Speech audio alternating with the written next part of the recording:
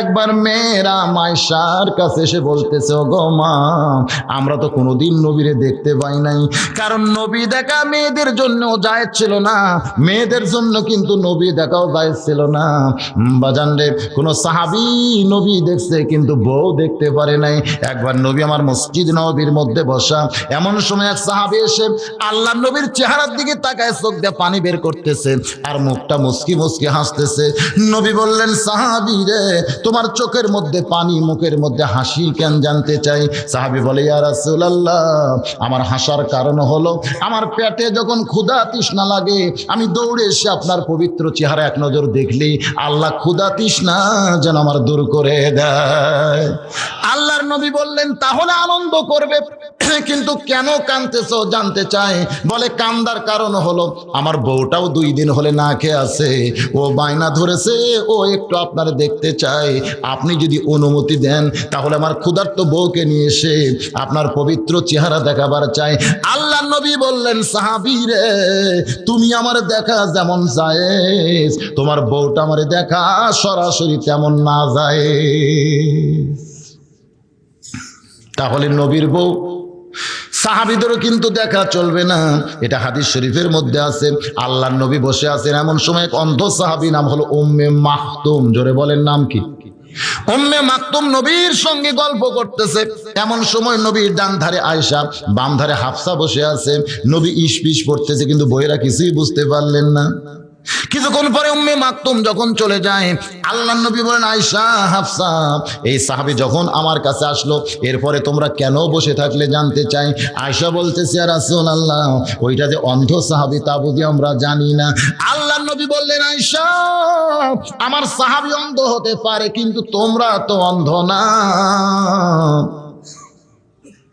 এখন চিন্তা করেন, নবীর বিবি হইয়া সাহাবী পুরুষকে দেখা জায়েজ না, সাহাবীর বিবি হইয়া নবীরে দেখা জায়েজ না। কিন্তু আমাদের বর্তমানে বাংলাদেশে কিছু বাবা আছে, জোরে কোন কি আছে? এই বাবার দরবারে যারা যায় ওরা ঘুরে এসে বউকে বলতেছে, বরকত যদি নিবার চাও বাবার গায়ে তেল দাও। এই পীর ধরার নামে আজকে অনেক মানুষ আল্লাহ রাসূলকে ছাইড়া দিছে, জোরে গান ঠিক কিনা ভাই? ধরতে হবে কাকে? আমার আল্লাহকে। রাসূলের মাধ্যমে কিন্তু আল্লাহরে ধরতে হবে, এরও একটা মাধ্যম আছে। খুব খেয়াল করে শোনেন, বাইহাকি শরীফের হাদিস। আল্লাহর একজন মস্ত বড় পয়গম্বর, নাম হলো মুসা কালিমুল্লাহ, জোরে কর নাম কি? ওই মুসা কালিমুল্লাহ একদিন তুর পর্বতে যাচ্ছিলেন, যাওয়ার সময় দেখে শয়তান রাস্তার বাম পাশে বসে কাঁদতেছে। কে কাঁদতেছে? শয়তান রাস্তার বাম পাশে বসে কাঁদতেছে।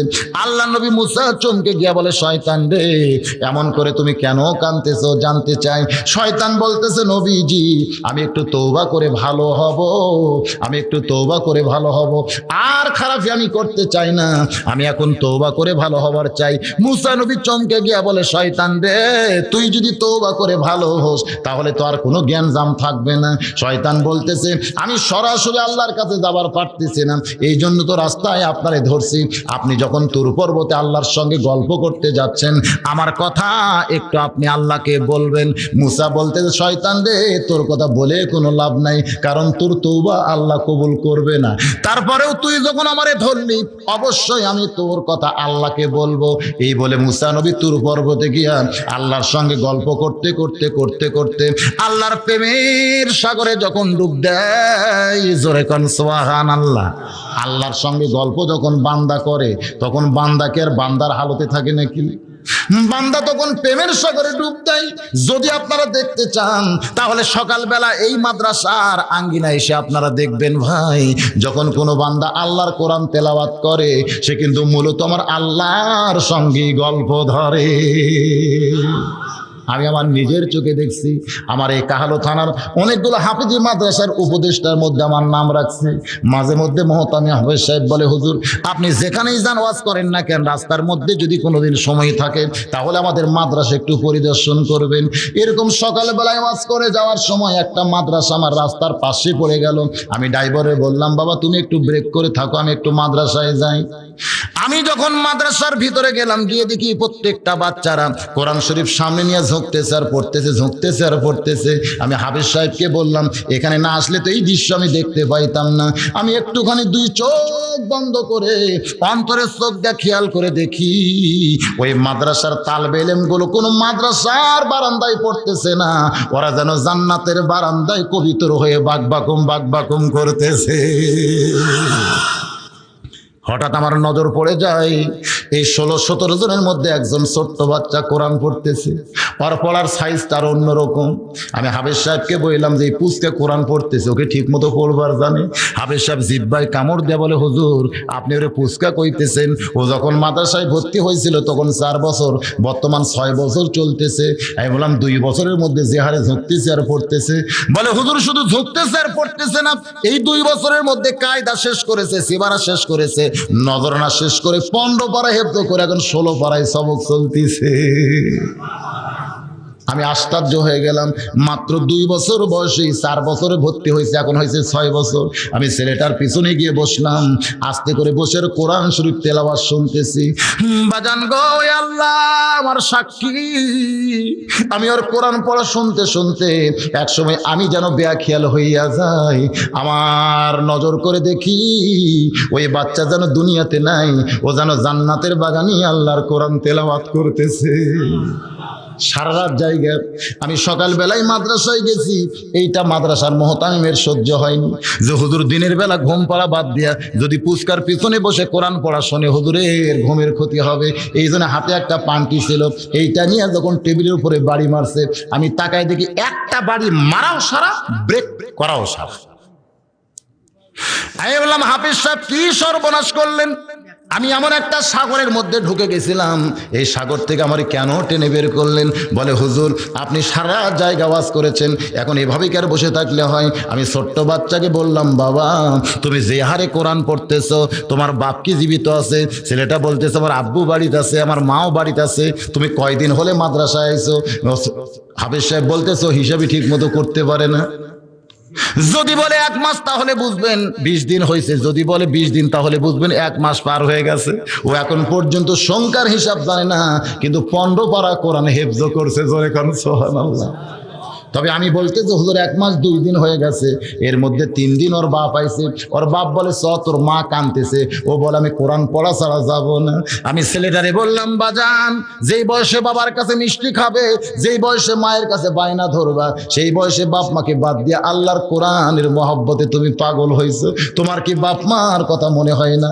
ছেলেটা আমার চেহারার দিকে তাকায় কি যেন বলতে চাই, ওর মাথা আমার বুকের মধ্যে নিলাম, দেখে ফোপায় ফোপায় কাঁদতেছে। একসময় হাঁটু গেড়ে বসে ওর চোখের পানি দিকে বললাম, বেটার এমন করে কেন কাঁদতেছিস?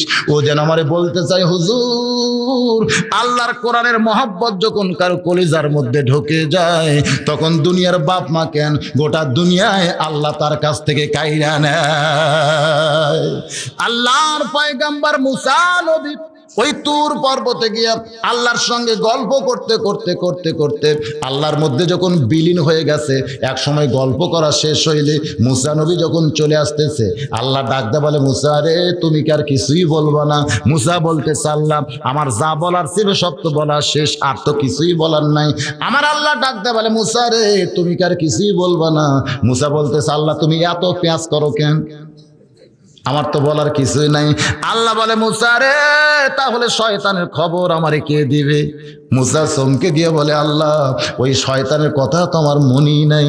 আল্লাহ বলে, এইটাই তো শয়তান ভুল করছে, যার মনে থাকে না তারে ধরছে, আর যে কোনোদিন ভুলবে না ধরতে হবে তাকে। যারে মনে থাকে না তারই ধরছে। মুসা নবীর মনে আছে, তারে ধরছে, কিন্তু ধরতে হবে তাকে যে কোনোদিন ভুলবে না। আমার আল্লাহ ডাকতে বলে, মুসা রে দুনিয়ার সবাই সবাইকে ভুলতে পারে, কিন্তু আমি আল্লাহ কোনোদিন কাউরে ভুলি না। যে কোনোদিন কাউরে ভোলে না তার নাম কি? তাহলে সে আল্লাহকে ধরার দরকার আছে না নাই? ধরে কোন আছে না নাই? রে আল্লাহর বান্দা, যেটা বলতেছিলাম, সেই আল্লাহকে আমাদের ধরতে গেলে কিভাবে ধরতে হবে? ধরার মাধ্যমটা কি? এই মাধ্যমটা হলো ফাত্তাবিউনি। জোরে কোন মাধ্যমটা কি? ফাত্তাবিউনি ইউহিব্বুকুমুল্লাহ ওয়া ইয়াগফির লাকুম যুনুবাকুম ওয়াল্লাহু গফুরুর রহিম। বাজান রে, যখন মেয়েরা বলতেছে ও মা আল্লাহর নবী সম্পর্কে আমরা জানতে চাই, মায়েশা চোখের পানি বের করে বলতেছে নবী সম্পর্কে তোমরা কি জানবে? আমি গোটা জীবনে আল্লাহর নবীকে দেখেছি মাত্র 3 বার। সমস্ত মেয়েরা চমকে গিয়া বলে মা কয়েক বছর আপনি নবীর সঙ্গে সংসার করেছেন, কিন্তু মাত্র 3 বার নবীর আপনি কেমনে দেখলেন? আয়েশা কান্দের বলে মেয়েরা রে, নবীকে বহুদিন স্বামী হিসাবে আমার ঘরের মধ্যে পাইছি, কিন্তু গোটা জীবনে নবীর মাত্র 3 বার আমি নবী হিসাবে দেখছি। জোরে কোন কয়বার? সমস্ত মেয়েরা চমকে যায়। তাহলে স্বামী আর নবী এই দুইটা কি ভিন্ন? অবশ্যই ভিন্ন ভাই। মানুষ নবী আর স্বামী এই দুইটা কিন্তু এক না। আমি কোরআন হাদিস দিয়ে বললি আপনারা বুঝতে পারবেন। যখন নবী ফাতেমার বাড়িতে যাইতেন তখন যাওয়ার আগে আল্লাহরে বলতেন, আল্লাহ এই মুহূর্তে কিন্তু আমি নবী নাই, আমি একটা সন্তান হয়ে আমার মায়ের কাছে যাবার চাই। ধরে করছো যাওয়ার আগেই আল্লাহর নবী বলতেন, আল্লাহ এই মুহূর্তে কিন্তু আমি নবী নাই, আমি সন্তান হয়ে আমার মায়ের কাছে যাবার চাই। আমার মা 6 বছর বয়সে মরছে, কিন্তু শামিনার চাইতে অনেক দরদি আমার মা ফাতেমা আজকে জীবিত আছে। আমি কিন্তু আমার মায়ের কাছে যাচ্ছি। আল্লাহ এখন যেন আমার হাবিবুল্লাহ নবী বলে ডিস্টার্ব করেন না, আমি সন্তান হয়ে আমার মায়ের কাছে যাবার চাই। আল্লাহ বলতেছে দোস্ত রে আমার কোনো আপত্তি নাই। এবার নবী আমার সন্তান হইয়া ফাতেমার বাড়ির দরজায় গিয়া ডাক দিছে, মা ও মা ফাতেমা, আমি তোর সন্তান হয়ে দরজায় দাঁড়াইছি, মা একটু তাড়াতাড়ি দরজা খুলে দে, আমি আমার মায়ের মুখটা দেখতে চাই। ফাতেমা দরজায় এসে ফোঁপায় ফোঁপায় কাঁদতেছি। আল্লাহর নবী বলে, মা এমন করে তুই কেন কাঁদতেছিস? মা তুই কেন কাঁদতেছিস? ফাতেমা বলে, বাবা আমার দেহের মধ্যে এমন একটা কাপড় আছে যে কাপড় অর্ধেক দেহ ঢাকছে, অর্ধেক এখনো বের হয়ে আছে। আপনি আমার দরজায় দাঁড়িয়ে আছেন, দরজা আমি কেমনি খুলবো বাবা, বরং এখান থেকে আপনি ফিরে যান। আল্লাহর নবী বলে, মা হইয়া সন্তানকে কোনোদিন ফিরায় না, একটু দরজা খুলে দে মা, আমি তোরে দেখতে চাই। ফাতেমা খালি কান্দার বলে, বাবা আপনি কি বুঝতে পারতেছেন না এই কাপড় পরে আমি কেমনে দরজা খুলে দিব? সঙ্গে সঙ্গে নবী আমার এক টানে মাথার পাগড়ি খুলেছে, জানলার কাছে ধরে বলতেছে, মা এই পাগড়িখানা নিয়ে পাগড়ি পরে তুই দরজা খুলে দে মা। আমার আল্লাহ ডাকতে বলে, হাবিব যার জুতার পরশে আল্লাহর আরশ ধন্য হয়ে যায়, সেই পাগড়ি কি দুনিয়ার কোনো মানুষ পরতে পারে? নবী কান্দার বলে, আল্লাহ এখন আপনাকে আমাকে নবী হিসাবে দেখতেছেন, আমি নবী না আল্লাহ, আমি একজন সন্তান হয়ে আমার মায়ের দরজায় দাঁড়িয়ে আছি, আমার মায়ের পরনের জন্য আমার মাথার পাগড়ি খুলে দিয়েছি। ও মা আমার মাথার পাগড়ি পরে তুই আমার জন্য দরজা খুলে দে মা। নবী কিন্তু আর নবী নাই, একটা সন্তান হয়ে যখন পাগড়ি জানলা দিয়ে দেয়, ওই পাগড়ি পরে ফাতেমা যখন দরজা খুলেছে, সঙ্গে সঙ্গে নবী আমার জুব্বাখানা উপর দিকে উঠাইছে। ফাতেমা তাকায় দেখে ক্ষুধার জ্বালায় নবী পেটে পাথর বেঁধেছে। ফাতেমা কান্দের বলে, বাবা আজকে 3 দিন হলে আপনার মায়ের বাড়িতে কোনো পাকশিক নাই, আপনি কেন সেই বাড়িতে ক্ষুধা নিয়ে আইলেন? আপনার মেয়ে উম্মে কুলসুমা কত ধনী, তার স্বামী হলো মক্কা মদিনার সবচাইতে ওসমান গনি, আপনি সেই মেয়ের বাদ দিয়া এই গরিব মেয়ের বাড়িতে কেন আসেন বাবা? নবী কান্দের বলে, কুলসুম আমার মেয়ে, এই জন্য আমি যাই না রে, কিন্তু ফাতেমা হলো আমার মা, এই জন্য আমি আইছি, দে তোর ডান হাতখানা দে। সঙ্গে সঙ্গে মা ফাতেমা যখন ডান হাতখানা দেয়, এমন সময় নবী আমার চুমা দিয়ে বলে, আল্লাহ আমার মায়ের হাতের মধ্যে এমন স্বাদ আগে জানতাম না। জোরে সরে বলেন সুবহানাল্লাহ। বাজানদের সবসময় নবী আমার থাকতেন না। নবী যখন রাস্তা দিয়ে যাইতেন, যাওয়ার সময় দেখে হাসান হোসেন দুইজনই কাঁদতেছে। হোসেন খাড়া হয়ে দাঁড়ায়, হাসান দাঁড়ায় দাঁড়ায় কান্দে, হোসেন গড়ায় গড়ায় কান্দে। এমন নবী কিন্তু নবী নাই, নানা হয়ে দুই ভাইয়ের সঙ্গে খেলা করেছে, যা ইতিহাসের মধ্যে পাওয়া যায়। আল্লাহ ডাকতে বলে, হাবিবুল্লাহ কি হচ্ছে? নবী বলতেছে, আল্লাহ এ সময় আমার নবী হিসাবে দেখবেন না, আপনি দেখেন 2টা নাতি আর একটা নানা। জোরে কোন সুবহানাল্লাহ। সুবহানাল্লাহ। এখন আমি নানা হিসাবে আমার নাতির সঙ্গে খেলতে চাই, আপনি কি কিছুই বোঝেন না? আল্লাহ জোরে কান সুবহানাল্লাহ। এই জন্য আয়েশা বলে, রে মহিলারা, আমার নবীকে গোটা জীবনে আমি মাত্র 3 বার দেখেছি, আর যতবার দেখেছি আমার স্বামী হিসাবে দেখেছি। আমার স্বামীর সঙ্গে আমি রাগারাগি করছি, কিন্তু নবী হিসাবে যেদিন প্রথম দেখলাম সেদিন ছিল গভীর রাত। আল্লাহর নবী আমার বুকের মধ্যে মাথা দিয়ে ঘুমাইতেছে। এক সময় নবীর চেহারার দিকে তাকায়া আমার বড় মায়া হইল। জন্মের আগে যার বাপ দুনিয়া থেকে বিদায় হয়েছে, 6 বছর বয়সে যেই নবীর মা মারা গেছে, আজকে সেই নবী আমার বুকের মধ্যে মাথা দিয়ে ঘুমাইতেছে।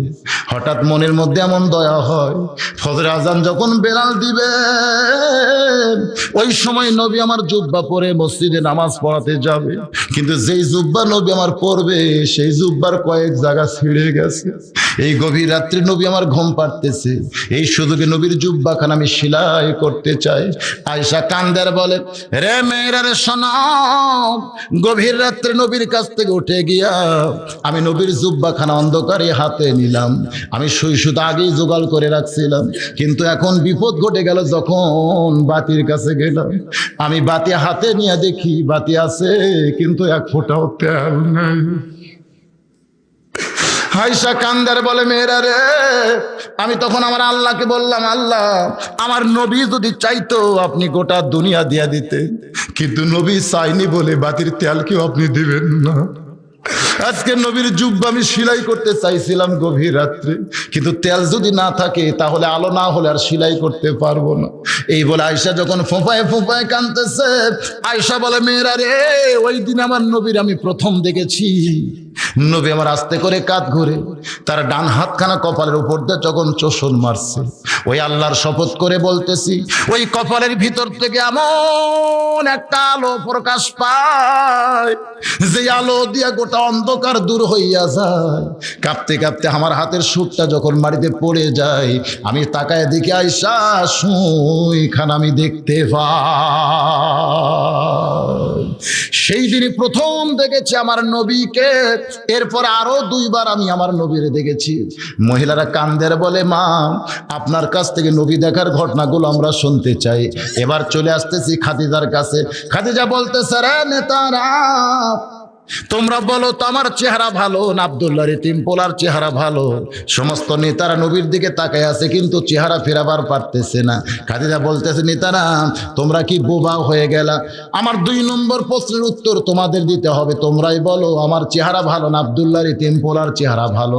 সমস্ত নেতারা চমকে ওঠে, বলতেছে, খাদিজা, সত্য কথা যদি বলতে হয় তাহলে শুধু খাদিজা না, এমন চেহারার মানুষ পৃথিবীতে কোনোদিন আর আসবে না। জোরে কন্যা সুবহানাল্লাহ। ওই কাফের নেতারাও পর্যন্ত বলেছে, সত্য যদি বলতে হয় শুধু খাদিজা না, এমন সুন্দর মানুষ পৃথিবীতে কোনোদিন আর আসবে না। খাদিজা বলতেছে, তাহলে এখন বলো তো, আমার মতন কম সুন্দরী একটা মেয়ে সুন্দর একটা যুবককে স্বামী হিসাবে পাইছে, এদিক দিয়ে আব্দুল্লাহর ইতিম পোলা জিতেছে না আমি জিতেছি? সমস্ত নেতারা বলতেছে, এদিক দিয়েই তো খাদিজাই জিতে গেছে। খাদিজা বলতেছে, রে নেতারা, তোমাদের কাছে আমার 3 নম্বর প্রশ্ন হলো, আমার বয়স বেশি না আব্দুল্লাহর ইতিম পোলার বয়স বেশি? সমস্ত নেতারা বলতেছে, আপনার বয়স হলো 40 বছর আর আব্দুল্লাহর ইতিম পোলার বয়স হলো 25 বছর। তাহলে এখন তোমরাই বলো, আমার মতন 40 বছরের একটা বিধবা নারী 25 বছরের একটা তরতাজা যুবককে স্বামী হিসাবে পাইছি, এদিক দিয়ে আমি ঠকেছি না আব্দুল্লাহর ইতিম পোলা ঠকেছে? সমস্ত নেতারা বলতেছে, এই দিক দিয়ে তো খাদিজাও জিতে গেছে। খাদিজা বলতেছে, যদি বংশের দিক দিয়ে আমি জিতি, চেহারার দিক দিয়ে আমি ভালো স্বামী পাইয়া জিতি, আর বয়সের দিক দিয়ে যুবক একটা স্বামী পাই যদি আমি দিতে যাই, তাহলে তোমরা কেন বাহিরে বলা বলি করো খাদিজা বিয়ে করে ঠকে গেছে, খাদিজা বিয়ে করে ঠকে গেছে? তোমরা তদন্ত না করে এই মিথ্যা কথাটা কেমনে বলো?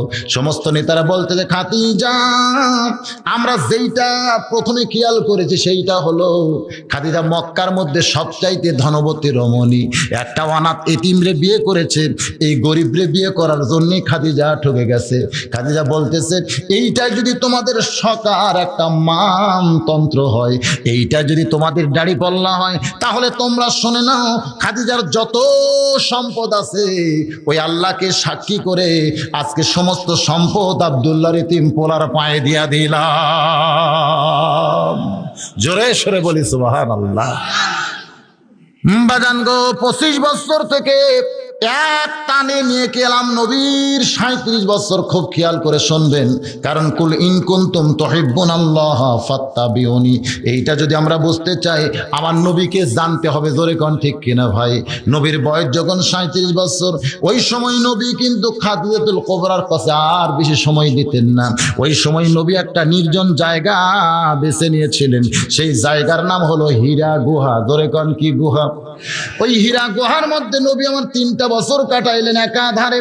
ওই 3 বছরের শেষ বছর 40-এ নবী যখন পা দিলেন, এমন সময় আমার আল্লাহ ডাক দিয়ে বললেন, জিব্রাইল যা রে জিব্রাইল যা, এই লৌহে মাহফুজ থেকে আল্লাহর কোরআনের কয়েকটা আয়াত নিয়ে আমার দোস্তের কাছে যা।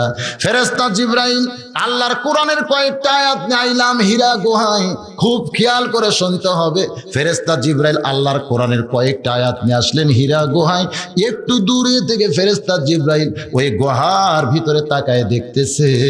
শুধু 2 চোখ দিয়ে জিব্রাইল দেখতেছে না, অন্তরের চক্ষু দিয়া জিব্রাইল দেখতে পায় আইলাম আল্লাহর কাছ থেকে নবীর কাছে হীরা গুহায়। কিন্তু এখানে আসার পরে আল্লাহ আর নবীরে দেখা যায় এক জায়গায়।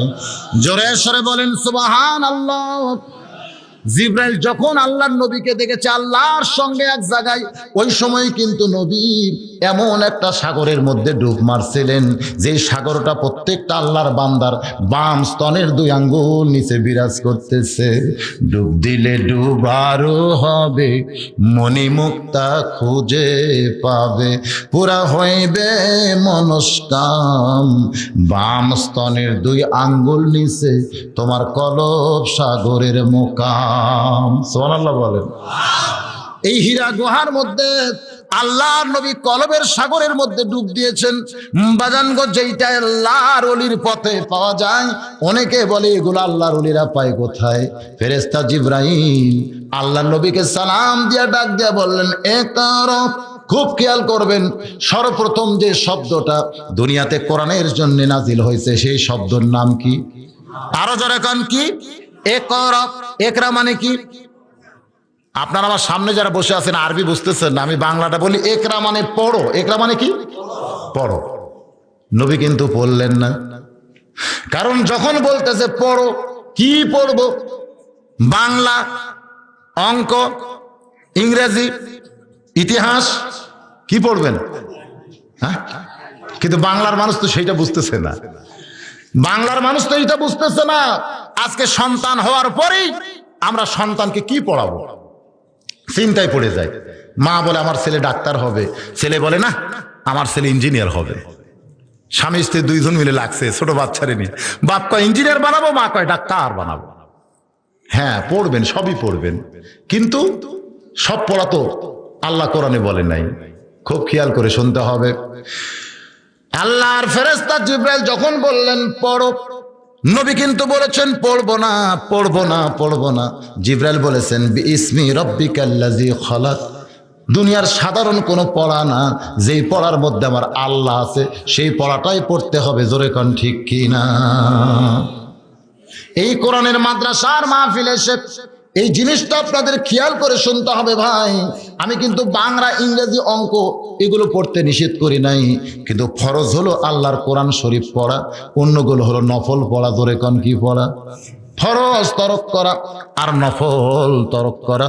নফল তরক করলে কোনো গুনাহ হবে না, কিন্তু ফরজ তরক করলে কবিরা গুনাহ হবে। ধরে কোন ঠিক কি না? আল্লাহর কোরআন শিক্ষা করা কি সুন্নত না নফল? জোরে কোন সুন্নত না নফল? তাহলে যে সমস্ত আল্লাহর বান্দা আজকের এই মাহফিলে এসেছেন, আমি কিন্তু ওয়াজ করতেছি ফাত্তা বিউনি, খুব খেয়াল করে শুনতে হবে। ফেরেশতা জিবরাইল বলেন এ করব, নবী কিন্তু বলেছেন পড়ব না। যখন বলেছে বিইসমি রাব্বিকাল্লাযী খলাক, তখন কিন্তু নবীর পড়তে আর কোনো আপত্তি নাই।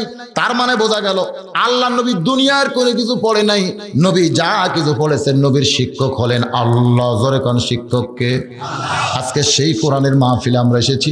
এই কোরআন সম্পর্কে আমাদের যত কিঞ্চিত জানার দরকার আছে না নাই? আমি ছোট্ট একটা দৃষ্টান্ত যদি আপনাদের দেই, কোন ধনী মানুষ পৌষ মাসে যদি একটা গরিব মানুষকে ডাক দেয়া বলে, ভাই পৌষ মাসের মাগরিব এশার ফজরের নামাজের ওযু করতে আমার বড় কষ্ট হয়, তবে নামাজ পড়তে আমার কোনো কষ্ট হয় না। এই 3 ওয়াক্ত নামাজের 1 মাস যদি তুমি ওযু করে দাও, মাস গেলে তোমাকে 1000 টাকা বেতন দেব। তুমি কি পারবে আমার 3 ওয়াক্ত নামাজের ওযু করে দিতে?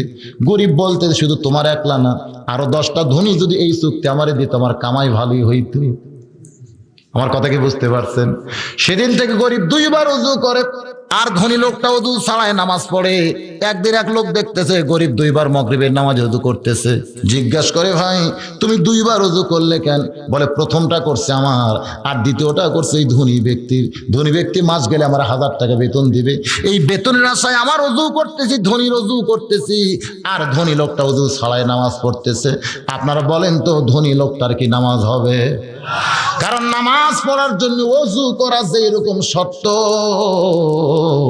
আল্লাহর কোরআন শিক্ষা করা, ঈমান রক্ষা করার ব্যাপারে সেই রকম শর্ত। আমার ঈমানকে যদি আমি রক্ষা করতে চাই, আল্লাহর কোরআন শিক্ষা করা ছাড়া কোনো গতি। এই কথাকে আপনারা মানেন না, খালি মুখে মুখে। বাজানগো, নবী আমার কোরআনের কয়েকটা আয়াত পাইলেন, 40 বছর পরে নবী আমার ফিরে আইলেন। হালিম খাদিজাতুল কুবরার কাছে নবী আমার কাঁদতেছিলেন, শুধু কাঁপতেছিলেন, চোখ দিয়ে পানি পড়তেছে। খাদিজা বলে, কাঁপেন কেন? এরকম পানি চোখ দিয়ে বের হলো কেন? নবী কান্দের বলে, খাদিজা বিশাল একটা দায়িত্ব আল্লাহ আমারে দিছে, কোরআন দিয়া। জোরে কোন কি দিয়া? কারণ এতদিন নবী কিসের উপরে দাওয়াত দিবেন, কোন দলিলে দাওয়াত দিবেন? নবীর কাছে কোনো দাওয়াতের দলিল ছিল না।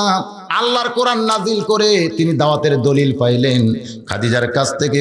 বাজানগো, নবী আমার দাওয়াতের কাজে বের হইলেন। খুব খেয়াল করে শোনেন, নবী যখন দাওয়াতের কাজে বের হবেন, পিছন দিক থেকে খাদিজাতুল কুবরা বলতেছে, নবী গো আপনি চিন্তা করবেন না, আপনি চিন্তা করবেন না। নবী বলেন, খাদিজারে আমার মাথায় বহু চিন্তা।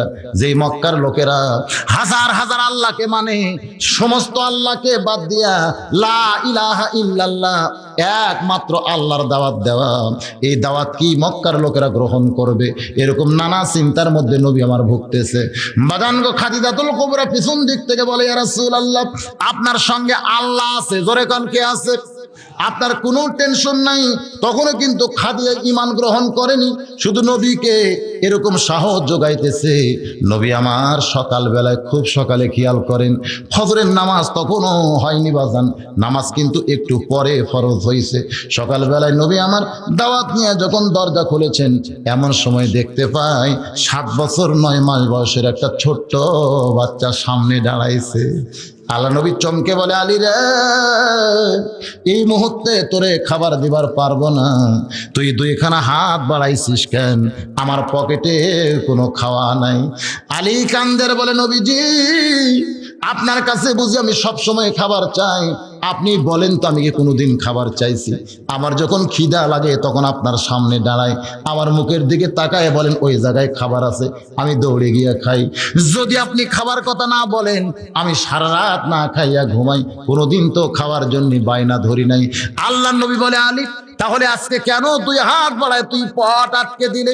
ছোট্ট বাচ্চা আলী বলতেছে, নবীজি আপনার ঘরের মধ্যে যখন গল্প করতেছিলেন তখন আমি শুনতে পেয়েছি আপনি কি দাওয়াতের কাজেই বের হচ্ছেন, তাহলে সর্বপ্রথম আমাকে দিয়াই আপনি কাজটা শুরু করে। তারিক ইবনে হিশামের মধ্যে আছে, আল্লাহর নবী খুশি হয়ে বলেছেন, রে দুনিয়ার মানুষেরা শুনে নাও, সবাইকে দাওয়াত দেওয়ার পরে দিন গ্রহণ করেছে, কিন্তু আমার আলীকে দাওয়াত দেওয়ার আগেই আমার আলী দিন আমার কাছ থেকে চেয়েছে। এই জন্য নবী বলেন, ইমানের দিক দিয়ে আমার আলীকে ড্যাঙ্গানোর মতন কোনো মানুষ পৃথিবীতে নাই। নবী বলেছেন, নামাজের দিক দিয়ে আমার আলীকে ড্যাঙ্গায় যাবে এমন কোনো মানুষ কিয়ামত পর্যন্ত হবে না। আল্লাহ নবী বলেছেন দাওয়াতের দিক দিয়ে আমার আলীকে ডেঙ্গায় যাবে এমন কোন মানুষ কিয়ামত পর্যন্ত হবে না। আল্লাহ নবী বলেছেন জিহাদের দিক দিয়ে আমার আলীকে ডেঙ্গায় যাবে এমন মানুষ কিয়ামত পর্যন্ত কোনোদিন হবে না। জোরে সোরে কন্যা সুবহানাল্লাহ। এখানে হযরত আলী ব্যাপারে কয়টা কথা বললাম? এক নম্বর কি? ঈমান। জোরে করে এক নম্বর কি? দুই নম্বর কিন্তু নামাজ। ঈমান গ্রহণ করার পরেই যে জিনিসটা লাগবে সেই জিনিসের নামটা কি? নামাজ পড়তে যে জিনিসগুলো লাগবে সেই জিনিসটা কি? কোরআন ছাড়া কি নামাজ পড়া যাবে? বাজার সব কিন্তু সবের সঙ্গে জড়িত আছে। একটু খেয়াল করে শোনেন। হযরত আলী ঈমানের ব্যাপারে আমরা শুনলাম নবীর হাতে সর্বপ্রথম ঈমান গ্রহণ করেছে, তার নাম কি? কিন্তু নামাজের ব্যাপারে আমাদের কি জানা আছে? নামাজের ব্যাপারে জানেন হযরত আলীর ব্যাপারে? নামাজি তিনি কেমন ছিলেন? আল্লাহর নবী যেদিন প্রথম বললেন আশারে মুবাশশারা, এই দুনিয়াতেই 10 জন জান্নাতের সুসংবাদ পাইছে, সাহাবীরা বললেন হুজুর আপনি যদি বলতেন তাহলে আমরা শুনতাম। নবী বলতেছেন যদি 10 জনের নাম বলি বাদ বাকি তোমরা বুঝে আফসোস করবে, তোমরা শুনে নাও আমি নবী বলতেছি আমার প্রত্যেকটা সাহাবী বিনা হিসাবে জান্নাতি। কিন্তু আমার আল্লাহ এখানে 10টা নাম ঘোষণা করেছে। 1 নম্বর আবু বকর, 2 নম্বর ওমর, 3 নম্বর ওসমান, 4 নম্বর আলী, 5 নম্বর আব্দুর রহমান ইবনে আওফ, 6 নম্বর জুবাইর, 7 নম্বর তালহা, 8 নম্বর সাদ ইবনে আবু ওয়াক্কাস, 9 নম্বর হলো আবু সাঈদ, 10 নম্বর হলো ওবাদা ইবনুল জাররাহ। এই 10 জনই হলেন আশারে মুবাশশারা। জোরে কোন সুবহানাল্লাহ। এমন সময় হযরত আলী দাঁড়িয়ে বলে ইয়া রাসূলুল্লাহ এই 10 জনের মধ্যে কি আমি আছি? নবী বললেন তুমি কি তোমার নাম শুনতে পাওনি? আলী বলতেছে অন্য কোন আলীও হতে পারে। আল্লাহর নবী বলেন অন্য কোন আলী না, যে হলো আমার চাচাতো ভাই, যে হইল ফাতেমার স্বামী। জোরে কর না সুবহানাল্লাহ।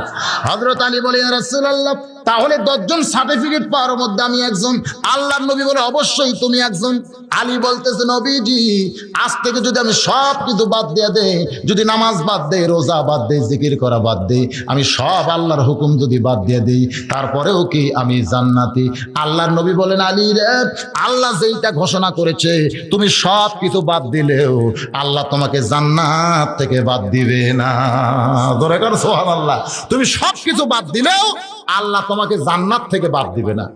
আলী বলতেছে নবীজি একসঙ্গে কি আর সব বাদ দেওয়া যায়? আজ থেকে আমি আর ফজরের নামাজ পড়বো না, একে একে বাদ দেই। আজ থেকে আমি আর ফজরের নামাজ পড়বো না। হযরত আলী এশার নামাজের পরে নবীর সামনে হাঁটু গেড়ে বসে বলতেছে নবীজি আর ফজরের নামাজে কিন্তু আমি আসবো না। নবী মুস্কি হাসি দিয়ে বললেন ঠিক আছে, না আসলেও তুমি জান্নাতি। জোরে কোন সুবহানাল্লাহ। হযরত আলী নবীর কাছে মসজিদে নববীতে ফজরের নামাজ পড়বে না এই স্বীকারোক্তি দিয়া বাড়ির মধ্যে ঢুকি ডাক দিছে ও হাসান হোসেনের মা। ফাতেমা বলতেছে স্বামীরে এমন করে কেন ডাকতেছেন? বলে বেলাল যখন আজান দিবে ফজরের খবরদার যেন আমারে ডাক দিও না। ফাতেমা খালি মুস্কি মুস্কি হাসতেছে। সুবহানাল্লাহ। হযরত আলী বলে হাসো কেন? আমি যেইটা বলতেছি তোমাকে তুমি কি বিশ্বাস করতেছো না? আজ থেকে কিন্তু আমি আর ফজরের নামাজ পড়বো না। ফাতেমা বলতেছে ঠিক আছে পড়বেন না, তাতে আবার কি? বলে আমার যেন ভুল করে ডাক দিও না, কারণ হযরত বেলাল যদি আজান দেয় আর তুমি যদি আমারে ডাক দাও আমার ঘুমের ক্ষতি হবে। ফাতেমা খালি মুস্কি মুস্কি হাসতেছে আর মনে মনে ভাবতেছে আজ পর্যন্ত কোনোদিন আপনারে ডাক দেওয়া লাগলো না, আজকে আবার ডাকের প্রশ্ন কেন উঠতেছে? বাজান রে হযরত আলী বাড়িতে এসে যখন ঘুমিয়ে যায় মা ফাতেমা উরাতের উপরে হযরত আলীর মাথাখানা নিয়ে চুলের মধ্যে বিলকি কাটতেছে। আলী চোখের পানি বের করে বলে ফাতেমা তুমি কি জানো না তুমি জান্নাতি নারীদের নেত্রী হবে? তারপরও ঘুম জায়গা স্বামীর এমন খেদমত কেন করো জানতে চাই।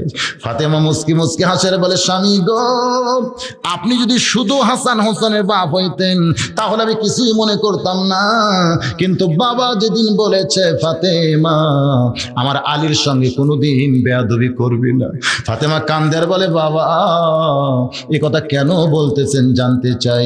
নবী বলেন ফাতেমা রে কার দিয়া বলে আল্লাহু আকবার। ও দরদি আল্লাহ আপনার বান্দা সমূহের মধ্যে সবচাইতে পছন্দনীয় যুবক বান্দা আমার ফাতেমার জন্য কবুল করেছেন কে গো আল্লাহ জানতে চাই। বলে সেইটা হলো আপনার আলী, সেইটা হলো আমার আলী। বাজান রে নবী আমার কান্দের বলে ফাতেমা যে আলীকে আমার আল্লাহ পছন্দ করেছে তোর জন্য মা, ওই আলীর সঙ্গে যেন তুই কোনোদিন বেয়াদবি করিস না। সেদিন থেকেই ফাতেমা জানে আমার স্বামীর দাম কত। ধরে কোন সুবহানাল্লাহ। বাজান তারিক ইবনে হিশামের মধ্যে আছে, হযরত আলী একদিন গভীর রাত্রে ঘুম থেকে চেতন পাইয়া দেখে মা ফাতেমা হযরত আলীর তালুতে জয়তুনের তেল মালিশ করতেছে, স্বামীর পায়ে জয়তুনের তেল মালিশ করতেছে। হযরত আলী ঘুম থেকে চেতন পায়ে চমকে ওঠে, ফাতেমার হাত একটা নিয়ে একটা চুমা দিয়ে বলে, ফাতেমা, যেই মানুষটা জান্নাতি নারীদের নেত্রী হবে আর সেই মানুষ ফাতেমা ঘুম বাদ দিয়ে স্বামীর পায়ে কেন তেল মাখতেছে?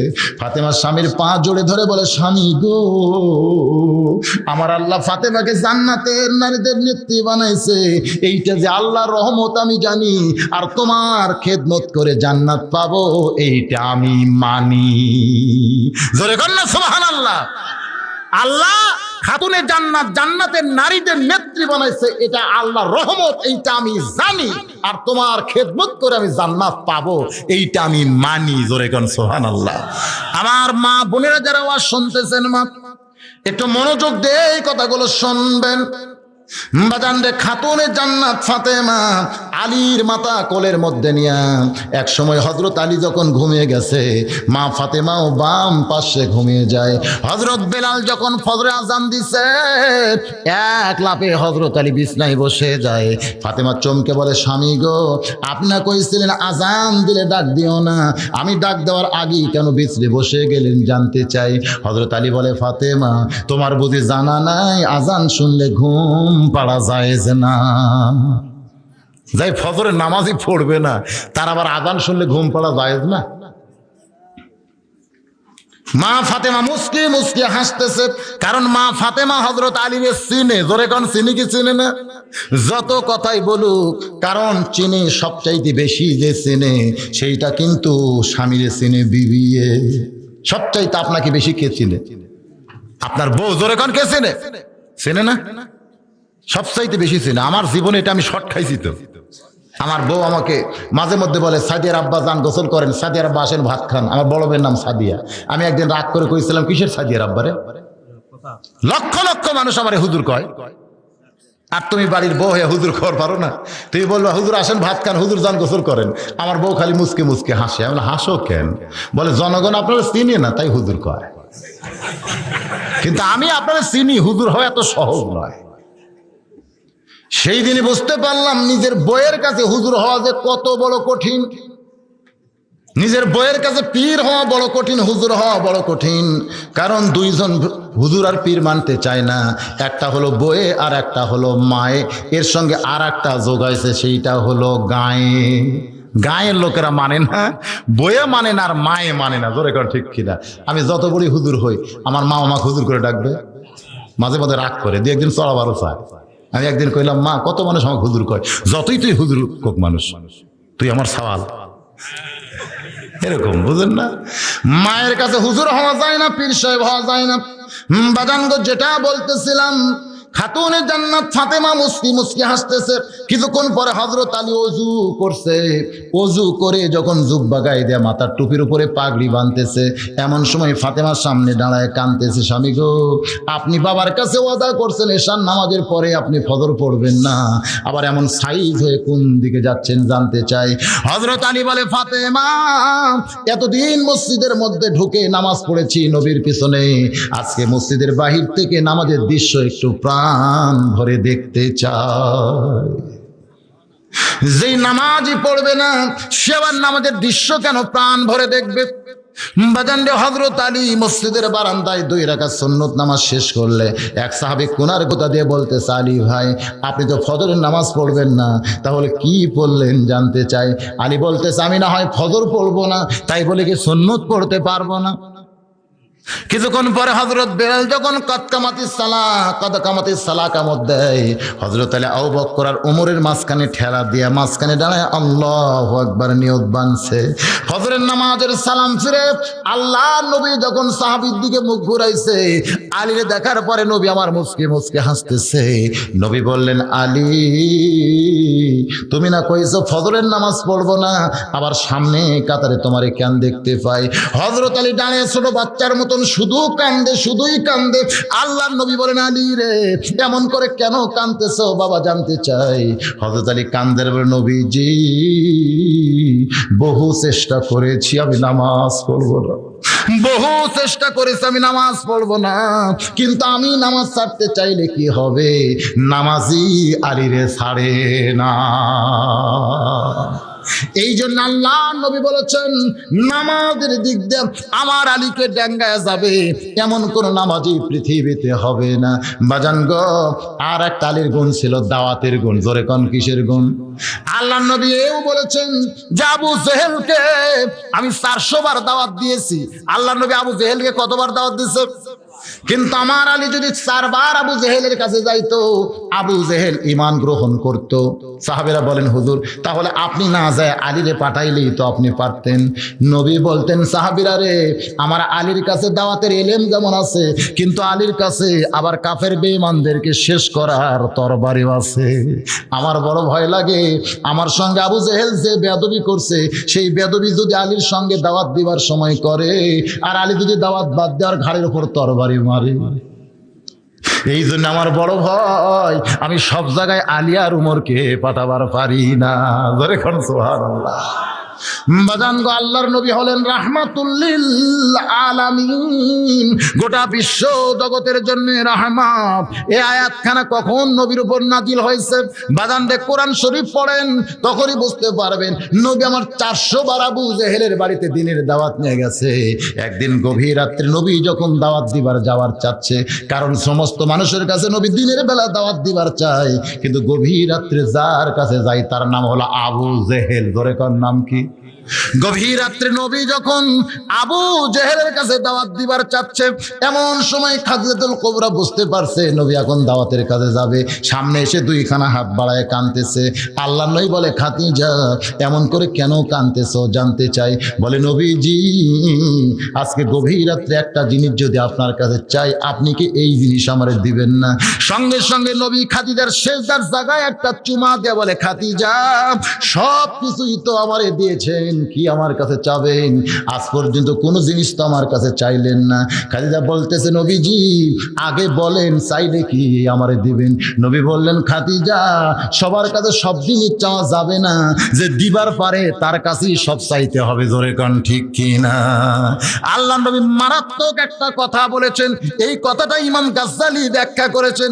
নবী বললেন, খাদিজা সবার কাছে সব জিনিস চাইও না, যিনি সব জিনিস দিবার পারবেন তার কাছেই চাইতে হবে। জোরে কোন ঠিক কি না? আমার কাছে যদি তোমার সন্দেহ থাকে যে তুমি যেটা চাইবা আমি দিবার পারবো না, সেই জিনিস না চাওয়াই ভালো, বরং তার কাছেই চাইতে হবে যিনি সব কিছুই দিবার পারবে। যিনি সব কিছু দিবার পারবেন তিনি কে?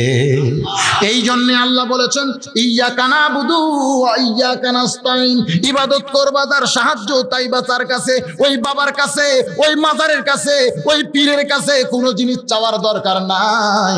চাইতে যদি হয় একমাত্র আল্লাহর কাছেই চাইতে হবে। জোরে কোন ঠিক কিনা ভাই? বাবার কাছে যে অনেকে দাঁড়ায় থাকে, বাবা, আমি কিন্তু হক্কানি পীর মাশায়েখের বিরুদ্ধে না, কারণ আমি তো সেই দলেরই। জোরে কোন ঠিক কিনা? কিন্তু ওই যে বাবা, আমার দয়াল বাবা কেবলা কাবা, আয়না কারিগর, আয়না বসাইয়া দিছে কলবের ভিতর। মাস্তানে যাবেন, দেখবেন কিভাবে দাঁড়ায় আছে। হায় মাজারের কাছে, বাবার কাছে কোনো কিছু চাওয়ার দরকার আছে, চাইতে হবে কার কাছে? আল্লাহর নবী খাদিজাকে বললেন, যে জিনিস দিবার পারবো না সে জিনিস আমার কাছে চাইও না। সন্দেহ যদি হয় তাও চাওয়া যায় না। সন্দেহ জিনিস চাওয়া যাবে? সন্দেহ ইন্না জন্না শায়াতিন। খাদিজা বলতেছে, নবীজি তাহলে কেন এই গভীর রাত্রে আপনাকে বলবো না? নবী বলতেছেন, আগে বলো, শুনতে চাই, তুমি কি বলতে চাও? খাদিজা বলে, নবীজি আমি শুনতে পেয়েছি আপনি বহুদিন আবু জেহেলের কাছে চুপি চুপি দাওয়াত নিয়ে যান। প্রত্যেকবারই আবু জেহেল আপনারে লাঞ্ছনা করে, প্রত্যেকবার আবু জেহেল আপনাকে অকথ্য ভাষায় গালি দেয়, আমি খাদিজা শুনলে বড় কষ্ট পাই। আজকে যখন জানতে পারতেছি আপনি দাওয়াতের কাজে যাচ্ছেন, ওই আবু জেহেলকে বাদ দিয়ে আপনি সব বাড়িতে দাওয়াত দিবে। নবী বলে, খাদিজা যতদিন আবু জেহেল জীবিত আছে আর যতদিন আমি দাওয়াতের কাজে বের হব, প্রত্যেকবার প্রথমেই আবু জেহেলের দরজায় আমি দাওয়াত নিয়ে যাব। খাদিজাতুল কুবরা নবীর হাতটা টেনে ধরে বলে, নবীজি কেন আপনি আবু জেহেলের বাড়িতে দাওয়াত নিয়ে যাবেন, এইটা কি আমি জানতে পারবো না? নবী বললেন, তাহলে শোনো রে খাদিজা, আমার বয়স যখন 6 বছর, আমি যখন বাবার কবর জিয়ারত করে আমার মায়ের কোলে চড়ে ফিরে আসতেছিলাম মক্কার দিকে, আবওয়া প্রান্তরে আমার মাটা দুনিয়া থেকে বিদায় হয়ে যায়।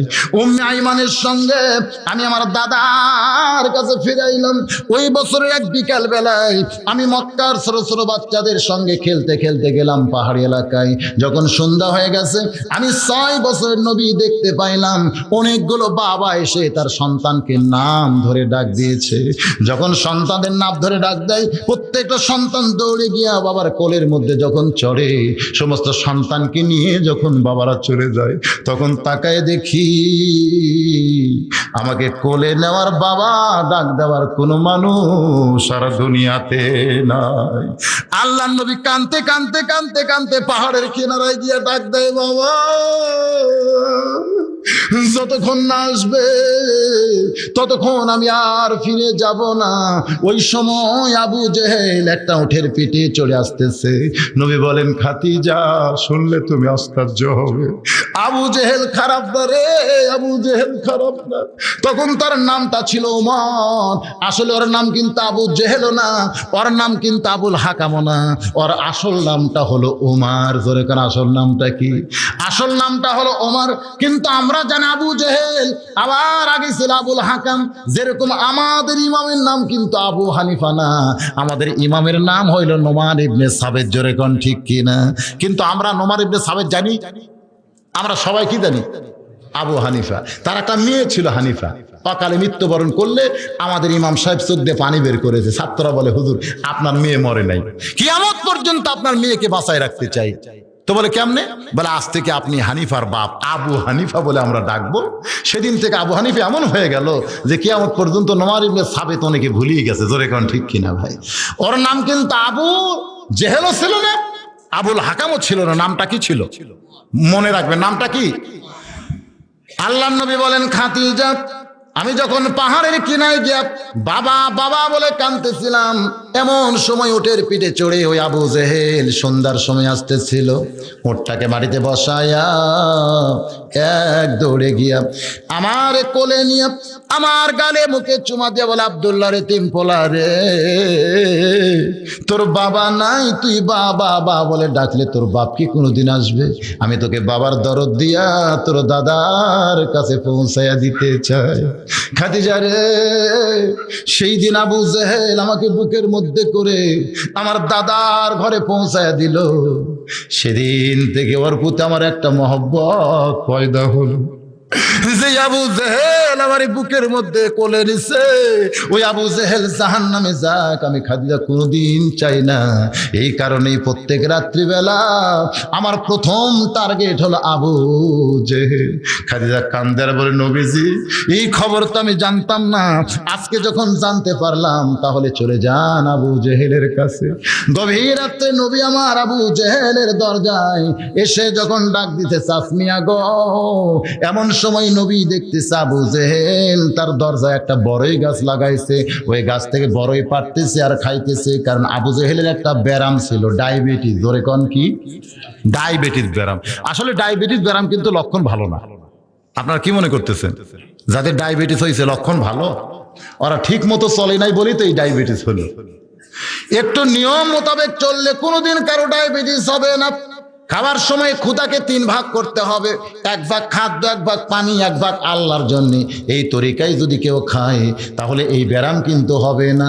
দই পাইলে 1 ডুঙ্গি খাইছে, মিষ্টি পাইলে 3 কেজি পর্যন্ত খাইছে। বাজান যে অনিয়ম করার কারণে এই ব্যারামটা তাদের হয়েছে। এই ব্যারামটা সর্বপ্রথম হয়েছিল আবু জেহেলের। ধরে কনকার আর ডায়াবেটিস ব্যারাম ভালো হয় একটা জিনিস খাইলে, সেটা হলো টক। টক। আবু জেহেল একটা বড়ির গাছ লাগাইছিল দরজায়, গভীর রাত্রে চুপি চুপি বড়ি খাচ্ছে। নবী সালাম দিয়ে বলে, চাচমিয়া কি খান? আবু জেহেল কয়, এই ঝামেলা আবার এই জায়গায় কেন রে এত রাত্রে? কই কলিজায় শান্তি না, এই জন্য পাথর খাই।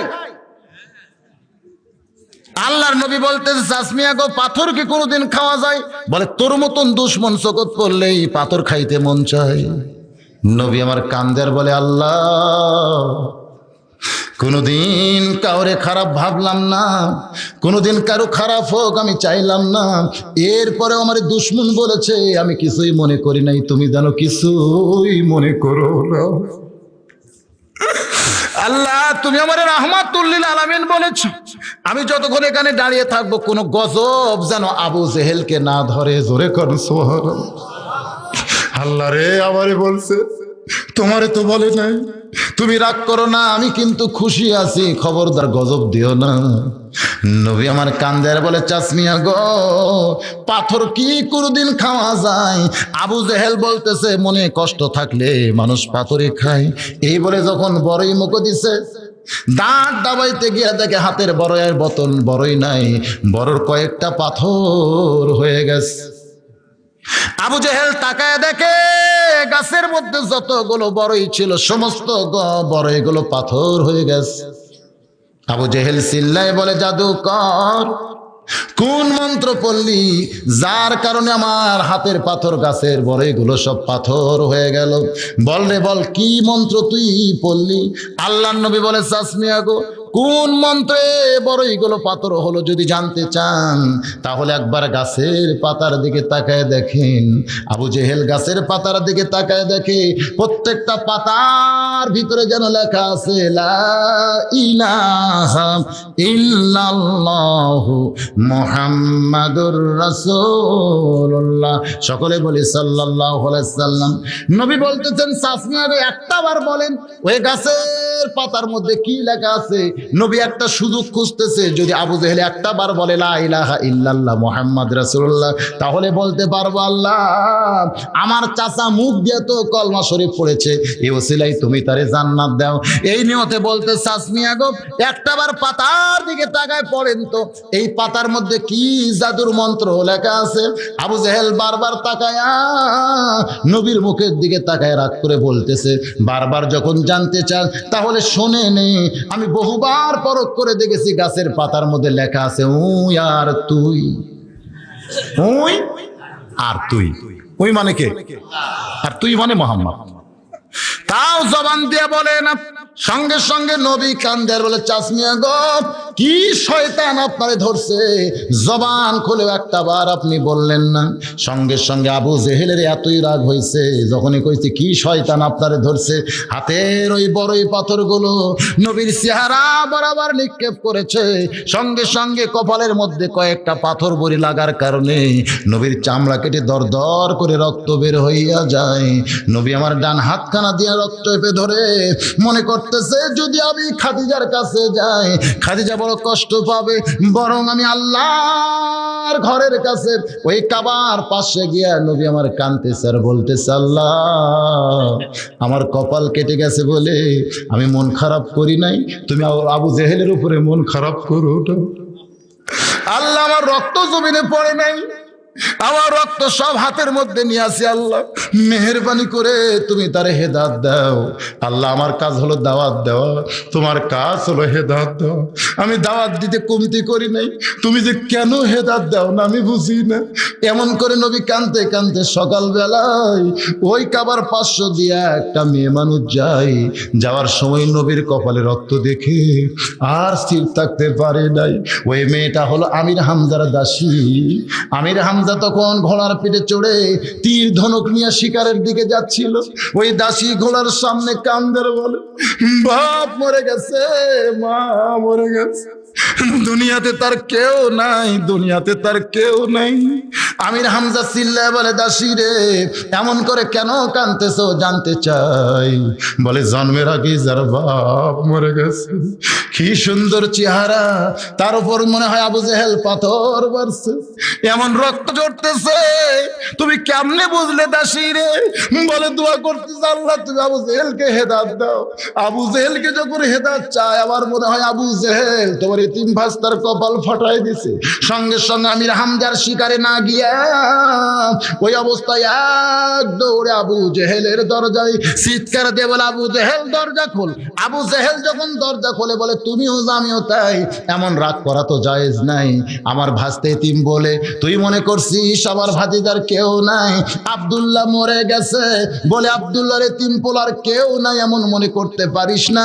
হাতের ধনুক দিয়ে এত জোরে আবু জেহেলের মাথায় আঘাত করছে, ফিনকি দিয়া রক্ত বের হলো। ওই রক্ত হাতের মধ্যে নিয়ে আমির হামজা খুঁজে আল্লাহর নবীকে কাবার পাশে পায়, দুই হাত বাড়ায় বলতেছে, বেটা রে আয় আয়, তোরে যে মারছে বাবা, তার কপাল ফাটায় রক্ত আবার হাতের মধ্যে আনছি, আয় আয়, যে আবু জেহেল তোরে মারছে আমিও তারে মারছি বাবা।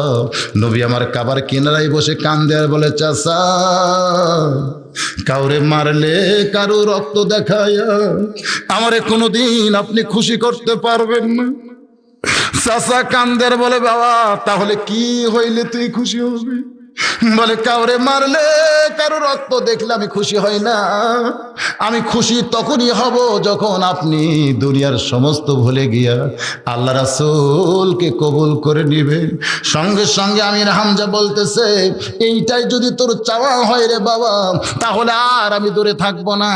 আজ থেকে দুনিয়ার সমস্ত বাতিল দলকে বাদ দিয়া তোর দলকে কবুল করার জন্য আমি ঘোষণা করে দিলাম, আশহাদু আল্লা ইলাহা ইল্লাল্লাহু ওয়াহদাহু লা শারীকা লা ওয়া আশহাদু আন্না মুহাম্মাদান আবদুহু ওয়া রাসূলুহু।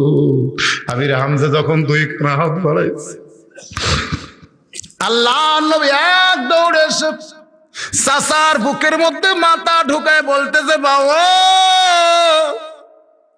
আমির হামজা চমকে বলে, বেটা রে চাচা বাদ দে, আমারে বাবা ডাকলি কেন? বলে, এই বুকের মধ্যে যেন বাবার দরদ আমি পাই। আমির হামজা নবীর মাথায় হাত দেওয়া দা করলে, আজ থেকে তোর জন্যে আল্লাহর জন্য আমার কলিজাকে ওয়াকফ করে দিলাম, আজ থেকে তোর জন্যে আল্লাহর জন্য আমার কলিজাকে ওয়াকফ করে দিলাম বেটা রে, আর কোনো কিছুতে না, আমি ইসলামের ভিতরেই থাকতে চাই। বাজান রে, আমির হামজার দোয়া যে আল্লাহ কবুল করেছে এটা উহুদের ময়দানে প্রমাণ হয়ে গেছে। যখন কে যেন বলেছে, কুতিলাইয়া মোহাম্মদ, কুতিলাইয়া মোহাম্মদ, মোহাম্মদ কতল হয়ে গেছে, এই খবর যখন আমির হামজার কানের ভিতরে, তিনি একটা গিরি শৃঙ্গের মধ্যে পাহাড়রত ছিলেন, এমন দৌড় মারছে আমার কলিজা নাই। সমস্ত সাহাবী বলে, কোথায় দৌড়ান এভাবে? বলে, আমার কলিজা নাই রে, আমার কলিজা নাই। সমস্ত সাহাবী তাকায় দেখে আমির হামজা জানি পাগল হয়ে গেছে।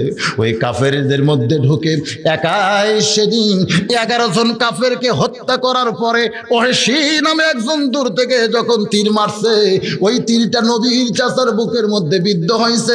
হিন্দা নামে একটা মহিলা এসে ওই চাচার বুকটা চিরে কলিজা বের করে, ওই কলিজা সাবায়া সাবায়া, কান কাইটা, জিব্বা কাইটা, নাক কাইটা, ওই হেন্দা মালা বানায়া যখন ওই চাচার কলিজার সামনে ফেলে দিয়ে যায় উহুদের ময়দানে।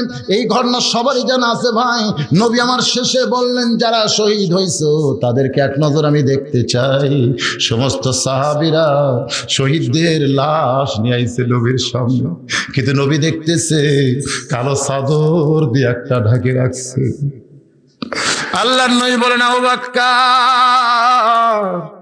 সবাই গোপন করতে পারলে বাবা তুমি তো গোপন করবা না, ওই কালো চাদর দিয়া কার দেহ ঢেকে রাখছে?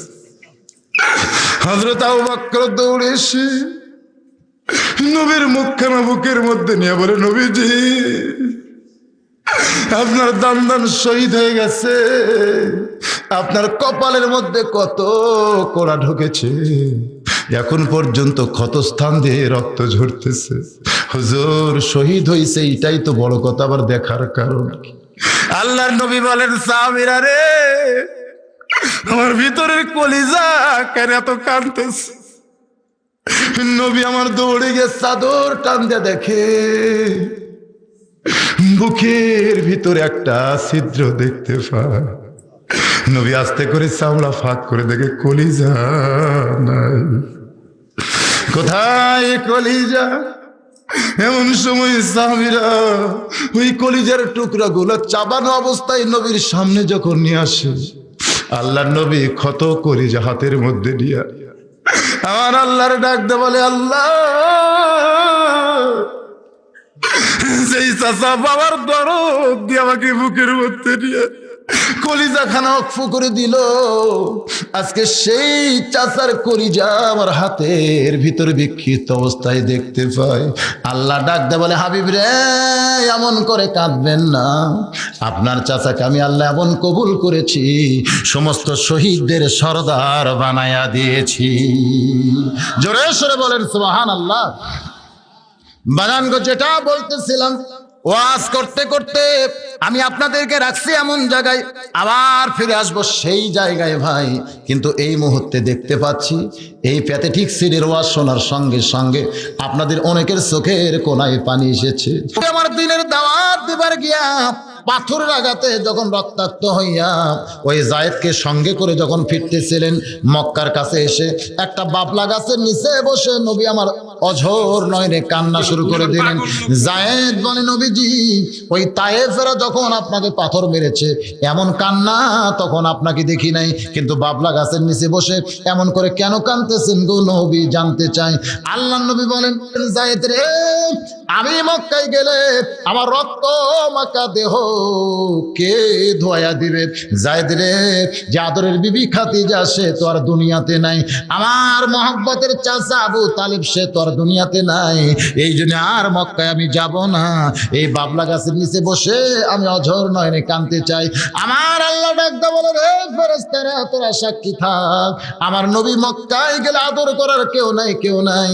আমি আল্লাহ তাআলা অতি সত্বর আমার দোস্তকে আমার আরশে আজিম বাড়িতে নিয়ে আইসা আমার কুদরতি হাতে আদর করতে চাই।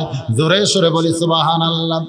এর কিছুদিন পরে আল্লাহর নবীর জীবনে সবচাইতে ওরা ফানালাকা যিকরা, সবচাইতে উচ্চ একটি ঘটনা, সে ঘটনা হলো লাইলাতুল মিরাজ। জোরে বলে, ঘটনাটা কি? ওই তায়েফের রক্তাক্ত হওয়ার পরে, কঠিন কষ্টের পরে নবীর জীবনে একটা দারুণ সুসংবাদ। আল্লাহর নবীর জন্য বোরাক আইছে। জোরে কোন কি আইছে? নবী তখন কাবার পাশে ঘুম পাড়তেছিল, তখনও নবীর গায়ের ক্ষত স্থানগুলো শুকায় নাই। নবী জুব্বা পরে যখন কাবার পাশে ঘুমাইতেছিল, এমন সময় ফেরেশতা জিবরাইল তার গালটা আল্লাহর নবীর পায়ের সঙ্গে লাগাই দিল। নবী আমার ঘুম থেকে চেতন পায়ে দেখে জিবরাইল দাঁড়ায় আছে।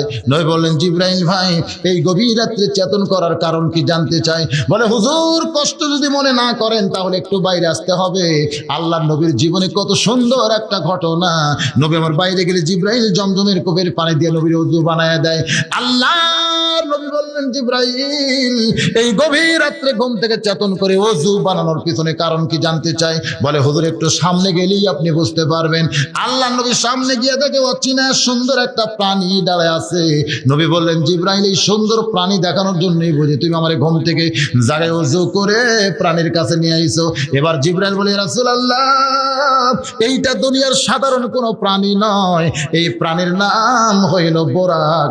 এই বোরাকের পিঠে যদি আপনি চড়েন, বোরাক আপনাকে আল্লাহর বাড়ি আরশে আজিম পৌঁছায়া দিবে। জোরে কন্যা সুবহানাল্লাহ। আল্লাহর বাড়ি আরশে আজিম বোরাক আপনাকে পৌঁছায় দিবে। নবী বললেন, জিবরাইল ভাই, এই দুনিয়া থেকে আল্লাহর বাড়ি কত দূর জানতে চাই।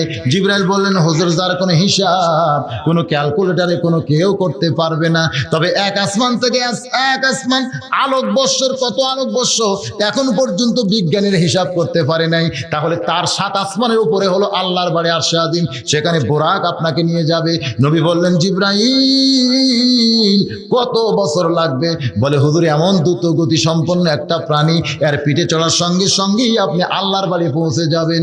আল্লাহর নবী বুরাকের কাছে এসে ডান হাতখানা বুরাকের পিঠে দিয়ে চোখের পানি বের করে কান্না শুরু করলেন। জিবরাইল বলে, ইয়া রাসূলুল্লাহ, এত সুন্দর প্রাণী বুঝি আপনার পছন্দ হয়নি হুজুর? এমন করে কেন কাঁদতেছেন জানতে চাই। আল্লাহর নবী বলেন, জিবরাইল, যেই বোরাকের পিঠে চললে বোরাক আমাকে আল্লাহর বাড়ি আরশে আজিম পৌঁছায় দিবে। তাহলে এই বোরাক খুব দ্রুত গতি সম্পন্ন একটা যানবাহন। এই বোরাক দেখার সঙ্গে সঙ্গে আমার পুলসিরাতের কথা বারবার মনে হইয়া যায়। জিবরাইল বলে, ইয়া রাসূলুল্লাহ, আপনি হলেন আল্লাহর দোস্ত, ওই পুলসিরাতের কথা মনে করে আপনি কেন কাঁদতেছেন? নবী বলেন, জিবরাইল ভাই, 30,000 বছরের পুলসিরাত আমার গুনাহগার উম্মত কেমনি পাড়ি দিবে? এই বোরাক দেখার পরে আমার এই গুনাহগার উম্মতের কথা মনে হচ্ছে আর পুলসিরাতের কথা মনে হয়। আল্লাহ যদি এমন করে একটা বোরাক আমার গুনাহগার উম্মতের জন্য পুলসিরাতের গোড়ায় দিত, আমার উম্মতেরা বোরাকের পিঠে চড়ে বিজলি আকারে পুলসিরাত পাড়ি দিত। জিবরাইল বলে, ইয়া রাসূলুল্লাহ, এইটা মামার বাড়ির আবদার না। কোন নবীর জন্য আল্লাহ যেই বোরাক তৈরি করে নাই, শুধু আপনার জন্যই তৈরি করেছে। আর আপনি সেই বোরাক গুনাহগার উম্মতের জন্য পুলসিরাতের গোড়ায় চাবেন। আমার মনে হয় এই চাওয়া আল্লাহ আপনার পুরা করবে না। এই তারিক ইবনে হিশামের মধ্যে, ইবনে ইসহাক সিরাত রাসূলের মধ্যে ঘটনা খারাপ এইভাবে বলা হয়েছে। আল্লাহর নবী সঙ্গে সঙ্গে বোরাকের কাছ থেকে 11 গজ দূরে গিয়ে মাটির দিকে তাকায়া চোখের পানি বের করে বলতেছে, জিবরাইল, ঠেকা আমার না রে, ঠেকা আমার না, ঠেকা হলো তোমার আল্লাহর। তোমার আল্লাহ তাআলা বোরাক পাঠাইছে আমাকে তার বাড়িতে নিয়ে যাওয়ার জন্য। আমার গুনাহগার উম্মতের জন্য এমন করে একটা বোরাক যদি পুলসিরাতের গোড়ায় আল্লাহ বাজেট না করে, আমি বোরাকের পিঠে চড়বই না, আমি বোরাকের পিঠে চড়বই না, আমি বোরাকের পিঠে চড়বই না। জিবরাইল থরথর করে কাঁপতেছে। আজকে না জানি আল্লাহ নবীর মধ্যে কি হয়। এমন সময় আল্লাহ ডাক দেয়, বলে, জিবরাইল, আমি আমার দোস্তকে এতই ভালোবাসি আর আমার দোস্ত গুনাহগার উম্মতকে ভালোবাসে। এই ভালোবাসার মধ্যে ভালোবাসা ঢুকে গিয়া আমি আল্লাহ তাআলা ঘোষণা করে দিলাম, তার গুনাহগার উম্মতের জন্য এমন করে একটা বোরাক আমি পুলসিরাতের গোড়ায় বাজেট করে আমার দোস্তকে আমার বাড়িতে আমি নিয়ে আসতে চাই। এই জন্য আল্লাহ বলেছেন, লাকাদ কানা লাকুম ফি রাসূলিল্লাহি উসওয়াতুন হাসানা। সফলতা যদি অর্জন করতে চাও, তাহলে দুনিয়ার সমস্ত নেতাকে বাদ দিয়া একমাত্র মুহাম্মদ রাসূলকে তোমাদের আদর্শের নেতা মেনে নাও।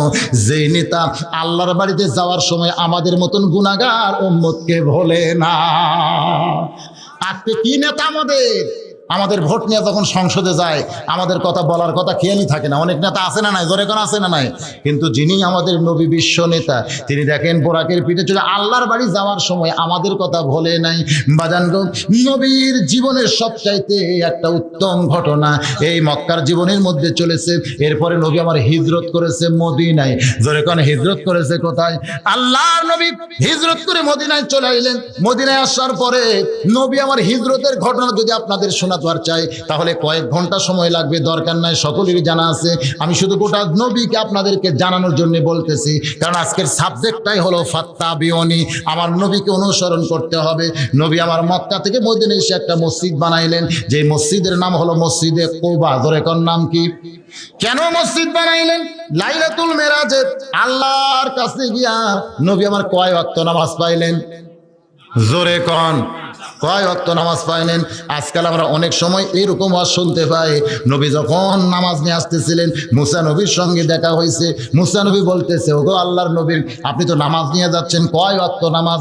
নবী বলতেছেন 50 ওয়াক্ত। ভাই মুসা বলতেছে, আপনার উম্মতেরা 50 ওয়াক্ত নামাজ পড়তে পারবে না, আপনি আবার আল্লাহর কাছে ফিরে যান। নবী আবার আল্লাহর কাছে ফিরে গেল, আল্লাহ আবার 25 ওয়াক্ত নামাজ দিল। নবী আমার 25 ওয়াক্ত নিয়ে চলে আসতেছে। মুসা নবী বলে, কয় ওয়াক্ত হয়েছে? বলে 25 ওয়াক্ত। আপনার উম্মতেরা পারবে না, আপনি আবার ফিরে যান। এই হাদিস দ্বারা কি বোঝা গেল? নবীর উম্মতের উপরে আমাদের নবীর চাইতে মুসা নবীর দরদ বেশি। জোরে কারণ ঠিক কিনা ভাই? এই হাদিস কেন এমন ভাবে প্রমাণ করছে বনি ইসরাইলি রিওয়ায়াত, এটা কিন্তু নবীর হাদিস না, এটা নবীর হাদিসের মধ্যে ঢোকাইয়া দিয়া বাজান তো আমাদের নবীর শানকে খাটো করেছে। যে মুসা নবী আমাদের দরদ বুঝতেছে, কিন্তু নবী আমাদের দরদ বুঝতেছে না। আল্লাহ 50 ওয়াক্ত দিল আর নবী খুশি হয়ে নিয়ে আইলো, আর মুসা নবী বলতেছে আপনার উম্মতেরা পারবে না। তার মানে হাদিস দেখ কি বোঝা গেল? আমাদের নবীর দরদ উম্মতের প্রতি বেশি না মুসা নবীর দরদ বেশি? এ জোরে কোন কার বেশি? তাহলে আমাদের নবী 50 ওয়াক্ত নামাজ পড়ে কিছুই কইলো না, আর মুসা নবী বলতেছে আপনার উম্মতেরা 50 ওয়াক্ত পারবে না। তার মানে বোঝা গেল আমাকে নবী কিছু বোঝে না, তাই নাকি? বাজান, কতগুলো কথা শোনার পরও জিনিসটা অন্তর দিয়া বুঝতে হবে। আমাদের নবী সুবহানাল্লাহ কোন, যেই নবীর উম্মত হওয়ার জন্য মুসা নবী পর্যন্ত আল্লাহর কাছে ফরিয়াদ করেছে, কিন্তু আমার আল্লাহ কবুল করে নাই। বিনা দরখাস্তে আল্লাহ আমাদেরকে সেই নবীর উম্মত হওয়ার তৌফিক দিয়েছে। সেই নবীকে চেনার দরকার আছে না নাই? ধরে এখন আছে না নাই? এই যে 5 ওয়াক্ত নামাজ আমাদের জন্য নবী নিয়ে আসলেন দুনিয়ায়, আসার পরে নামাজ পড়ার একটা ঘর তৈরি করলেন। ওই ঘরটার নাম হলো মসজিদে কুবা। ধরে এখন ঘরের নাম কি? সেই মসজিদে কুবা কাবার আঙ্গিকে তৈরি হয়েছে। চারিদিকে শুধু দেওয়াল ছিল, চারিদিকে 4টা দেওয়াল দিয়ে কাবার দিকে মুখ করে নবী আমার নামাজ পড়া শুরু করলেন। এরপরে কেবলা পরিবর্তন হয়েছে, অনেক ঘটনা আছে। আমি যেটা বলতে চাই, মসজিদে নবী যখন নবী বানাইলেন, বানানোর পরে কিন্তু তখনও মেহরাব ছিল না। একদিন আল্লাহ নবী সাহাবীদের সামনে যখন আলোচনা শুরু করবেন, এমন সময় আমার আল্লাহ তাআলা নাজিল করলেন, ইয়া আইয়ুহান নাবিয়্যু হারজিল মুমিনিনা আলাল কিতাল। ওগো নবী, শুধু নামাজ পড়লে হবে না, জিকির করলে হবে না। যাদেরকে নিয়ে নামাজ পড়তেছেন, জিকির করতেছেন, তাদেরকে স্ট্যান্ডিং আর্মির মতন গড়ে তুলতে হবে। জোরে করেন সুবহানাল্লাহ। যেই নবীর চরিত্র দেখে একটা ইহুদি পর্যন্ত মুসলমান হয়ে গেছে ভাই, একটা না, শত শত ইহুদি মুসলমান হয়ে গেছে। নবী যখন মসজিদ নববীর মধ্যে বসা, এমন সময় ইহুদি মসজিদের মধ্যে ঢুকে দাঁড়িয়ে পেশাব করা শুরু করেছে। আল্লাহর নবী ওই ইহুদির দিকে উঠে আসতেছে, কিছু বলবে, এমন সময় ওমর ফারুক তরবারি বের করতেছে। নবী বললেন, ওমর তরবারি খাপের মধ্যে ঢুকাইয়া দাও, তোমার তরবারি যদি ওই ইহুদি বেটা দেখতে পায়, ওর পেশাব বন্ধ হয়ে যাবে বাবা, আর পেশাব বন্ধ হলে লোকটা বড় কষ্ট পাবে। উমর ফারুক দাঁতে কামড়ায়, লবে কামড়ায়, আর বলে, নবীজি আমাদের মসজিদে পেশাব করে মসজিদ নাপাক করতেছে, আর আমি তরবারি বের করতেছি, তরবারি দেখলে তার পেশাব বন্ধ হবে। আপনি ওই দিকেই দেখলেন, কিন্তু মসজিদে পেশাব করতেছে আপনি সেইটা দেখলেন না। এই শয়তানকে আমি 2 টুকরা না করলে আমার কলিজায় শান্তি পাবে না। নবী বললেন, আতিউল্লাহ ওয়া আতিউর রাসূল, আল্লাহর অনুগত্য করো, নবীকে মানো। আমি নবী যখন তরবারি খাপের মধ্যে ঢুকবার বলতেছি, তোমার তরবারি বের করার কোনো আদেশ নাই, হুকুম নাই। ওমর ফারুক আল্লাহ নবীকে মানতে গিয়ে তরবারি খাপের মধ্যে ঢুকে চোখ বন্ধ করে বসে আছে। আবু বকর বলতেছে, ওমর রে চোখ বন্ধ করলে কেন? বলে, এই দৃশ্য আমি দেখতে চাই না, এই দৃশ্য আমি দেখতে চাই না। আমাদের নামাজের ঘরে একটা ইহুদি পেশাব করবে, এই দৃশ্য আমি দেখতে চাই না। আবু বকর বলেন, ওমর তুমি শুধু পেশাব করা দৃশ্য দেখছো, কিন্তু দয়ার নবীর রহমত তুমি দেখো নাই। দেখো নবী আমার কি জন্য ইহুদির কাছে যায়। আবু বকরকে আল্লাহ এমন কিছু বুঝ দিছে যেই বুঝটা নবীর কোন সাহাবীর মধ্যে আল্লাহ দেয় নাই। এই জন্য নবী বলতেন, আল্লাহর পরে এই দুনিয়াতে কেউ যদি আমার দোস্ত থাকে, এই দোস্তের নাম হইল আবু বকর সিদ্দিক। জোরে সরে কান সুবহানাল্লাহ। আল্লাহ নবী ইহুদির কাছে গিয়া তার বগলের উপরে হাত দিয়ে বললেন, বেটা রে, এই ঘরে আমরা নামাজ পড়ি বাবা, এই ঘর কি পেশাব করার জায়গা? ওই যে দেখো বাহিরে পেশাব করার জায়গা আছে, এখন থেকে তোমার যদি পেশাব লাগে তাহলে তুমি বাহিরে পেশাব করো। তবে ভুলকি দিয়া দেখবে যদি উমর না থাকে, তাহলে এর মধ্যেও পেশাব করলে তোমার কোনো আপত্তি নাই, কোনো দোষ হবে না, কারণ আমি থাকলে তোমার কোনো ক্ষতি হবে না। কিন্তু আজকে আমি আছি, দেখো উমরও কিন্তু কয়েকবার তরবারি বের করছে তোমাকে 2 খণ্ড করার জন্য। আমি নিষেধ করছি বলে তরবারি খাপের মধ্যে ঢুকায় দিছে। আজকে যদি আমি না থাকতাম তাহলে এতক্ষণ তুমি 2 টুকরা হয়ে যাইতা। আমি আসি বলে তুমি এখন পর্যন্ত দাঁড়িয়ে আছো। ইহুদি উমরের দিক না তাকায়া আল্লাহর নবীর দিকে তাকায়া, তা গাছের গোড়া কাটলে গাছটা যেমন ঠাস করে পড়ে যায়, এমন করে ঠাস করে নবীর 2টা পায়ের মধ্যে পড়ে। বলে, নবীজি আমি এতদিন শুনেছি আপনি রাহমাতুল লিল আলামিন, গোটা বিশ্ব জগতের রহমত।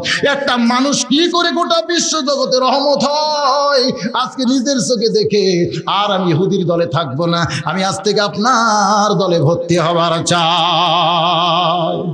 যেই নবী আমার ইহুদির পেশাব করার পরে ইহুদির বগলের মধ্যে হাত দিয়ে তাকে আপন দলে ভর্তি করে নাই। বাজান রে, নবী আমার দুনিয়া থেকে বিদায় হয়ে চলে গেলেন। এই যে নবীর আজকের জীবনী থেকে যে জিনিসগুলো আমি আপনাদের সামনে আলোচনা করলাম ভাই, এগুলো সবগুলো আমাদের জীবনের সঙ্গে সেট করব, তাহলে আমরা ফাত্তাবিউনি নবীকে অনুসরণের মধ্যে পড়ে যাব।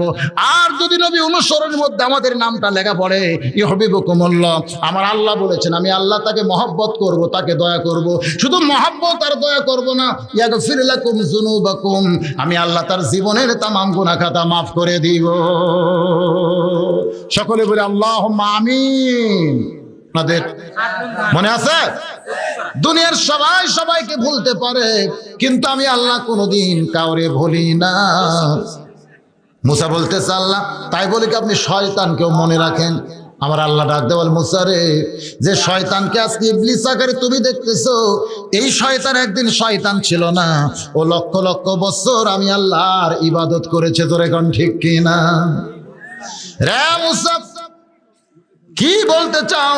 বলে শয়তান রাস্তার পাশে কাঁদতেছে, ও একটু তওবা করে ভালো হবার চাই। আপনি কি শয়তানের তওবা কবুল করবেন? আল্লাহ ডাক দেয়া বলে, মুসা রে, শয়তানের সঙ্গে আমার কোনো শত্রুতা নাই, কারণ আমি আল্লাহ পাপকে ঘৃণা করি, পাপীকে কোনোদিন ঘৃণা করি না। পাপী যদি তওবা করে, আমি আল্লাহ সঙ্গে সঙ্গে তার জীবনের সব পাপগুলো মাফ করে দিই।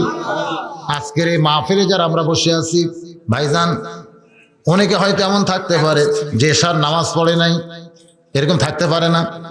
আজকে তওবা করি, বাকি জীবনে যেন একটা ওয়াক্ত নামাজ কাদার না হয়। আজকের এই মাহফিল যদি আল্লাহ তওবার মাহফিল কবুল করে, এই মাহফিলের ওসিলা আল্লাহ আমাদের জন্য জান্নাতের দরজা খুলে দিবে। এবার চলে আসেন, আমার আল্লাহ ডাক দেয়া বলে, মুসা রে, শয়তান যদি তওবা করে আমি আল্লাহর কাছে মাফ চাই, আমি অবশ্যই তওবা কবুল করব। মুসা বলতেছে, আল্লাহ, আমার বাবা আদম একটা ভুল করার কারণে 350 বছর তুমি তারে কাঁদাইছো। কত বছর? একটা ভুল করার কারণে। আর শয়তান তো ভুল করে না, শয়তান করছে অপরাধ। আপনারা বলেন তো, শয়তানের ভুল না অপরাধ? আর আদমের?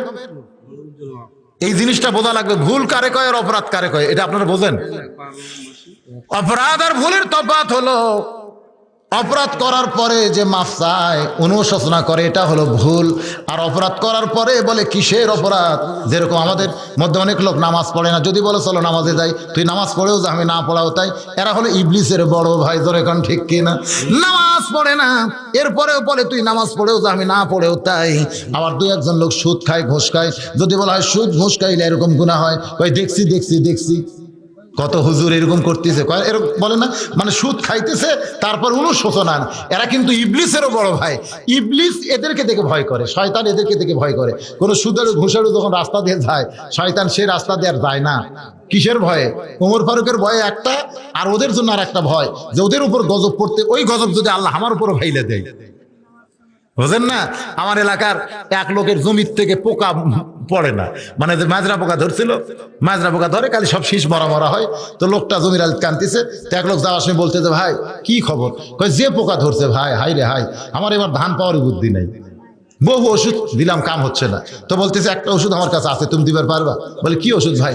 বলে তুমি যদি 4 সুদেরও, যারা সুদ খায়, এরকম 4 জন ব্যক্তির নাম কাগজে লিখে জমির 4 আলে 4টা পুঁতে রাখতে পারো, তাহলে তোমার জমির পোকা থাকবে না। একেবারে সঙ্গে সঙ্গে ওই এলাকার মধ্যে 4টা সুদেরও নাম একের 4 জমির আলে পুঁতে রাখছে। কিছুদিন পরে আমার কাছে এসে বলতেছে, হুজুর জীবন্ত প্রমাণ, সুদের রুকি থেকে পোকা পর্যন্ত এমন ভয় করে, এক পোকা হওয়ার জমিতে। যারা সুদ খায়, আমি কইলাম যাদের নাম লিখলা তারা কেমন সুদ খায়? বলে গ্রামীণ ব্যাংকে যারা কিস্তি নিছে, এরাও তো সুদ দেওয়ার মধ্যে আছে। আসলে আছে না নাই? একটা হলো দেওয়া আর একটা হলো খাওয়া। আমি কইলাম তুমি খাওয়ারটা লিখছো না দেওয়ারটা লিখছো? বলে হুজুর দেওয়ারটা আমি দিয়েছিলাম, কাম খুব একটা হয় না, কিন্তু যারা খায় তাদের নাম দিলে কাম সঙ্গে সঙ্গে হয়। দেওয়ারটা দিলে কাম খুব একটা হয় না, হয় কিন্তু খুব একটা হয় না। কিন্তু যারা খায় খালি দেওয়া মাত্র। আপনারা এখন থেকে ডায়মোকরণ কিনবেন না, খালি সুদালুকের নাম প্রকার করে জমির 4 আলে পুঁতে রাখবেন, দেখবেন কি প্রমাণ। যেটা বলতেছিলাম, যে বাজান পাপ করার পরে অনুশোচনা করে না, এইটার উপরে যখন আবার মারামো করে, এরা হলো শয়তানের বড় ভাই। যেটা ইবলিস শয়তান করেছিল, কি করছিল? যে আমি আগুনের তৈরি, আদম মাটির তৈরি, আমি আদমকে সেজদা করব না, এরকম আল্লাহর সঙ্গে ঝগড়া করছিল। জোরে কোন ঠিক কিনা? যার কারণে সেইটা হলো অপরাধ। মুসা আলাইহিস সালাম বলে, আল্লাহ আমার বাবা আদম একটা ভুল করার কারণে 350 বছর তুমি তারে কাঁদাইছো, আর ইবলিস অপরাধ করার কারণে কয় হাজার বছর তারে কাঁদতে হবে। আল্লাহ ডাক দেয়া বলে, মুসা রে, ইবলিসকে বলে দিও হাজার হাজার বছর তারে কান্দা লাগবে না।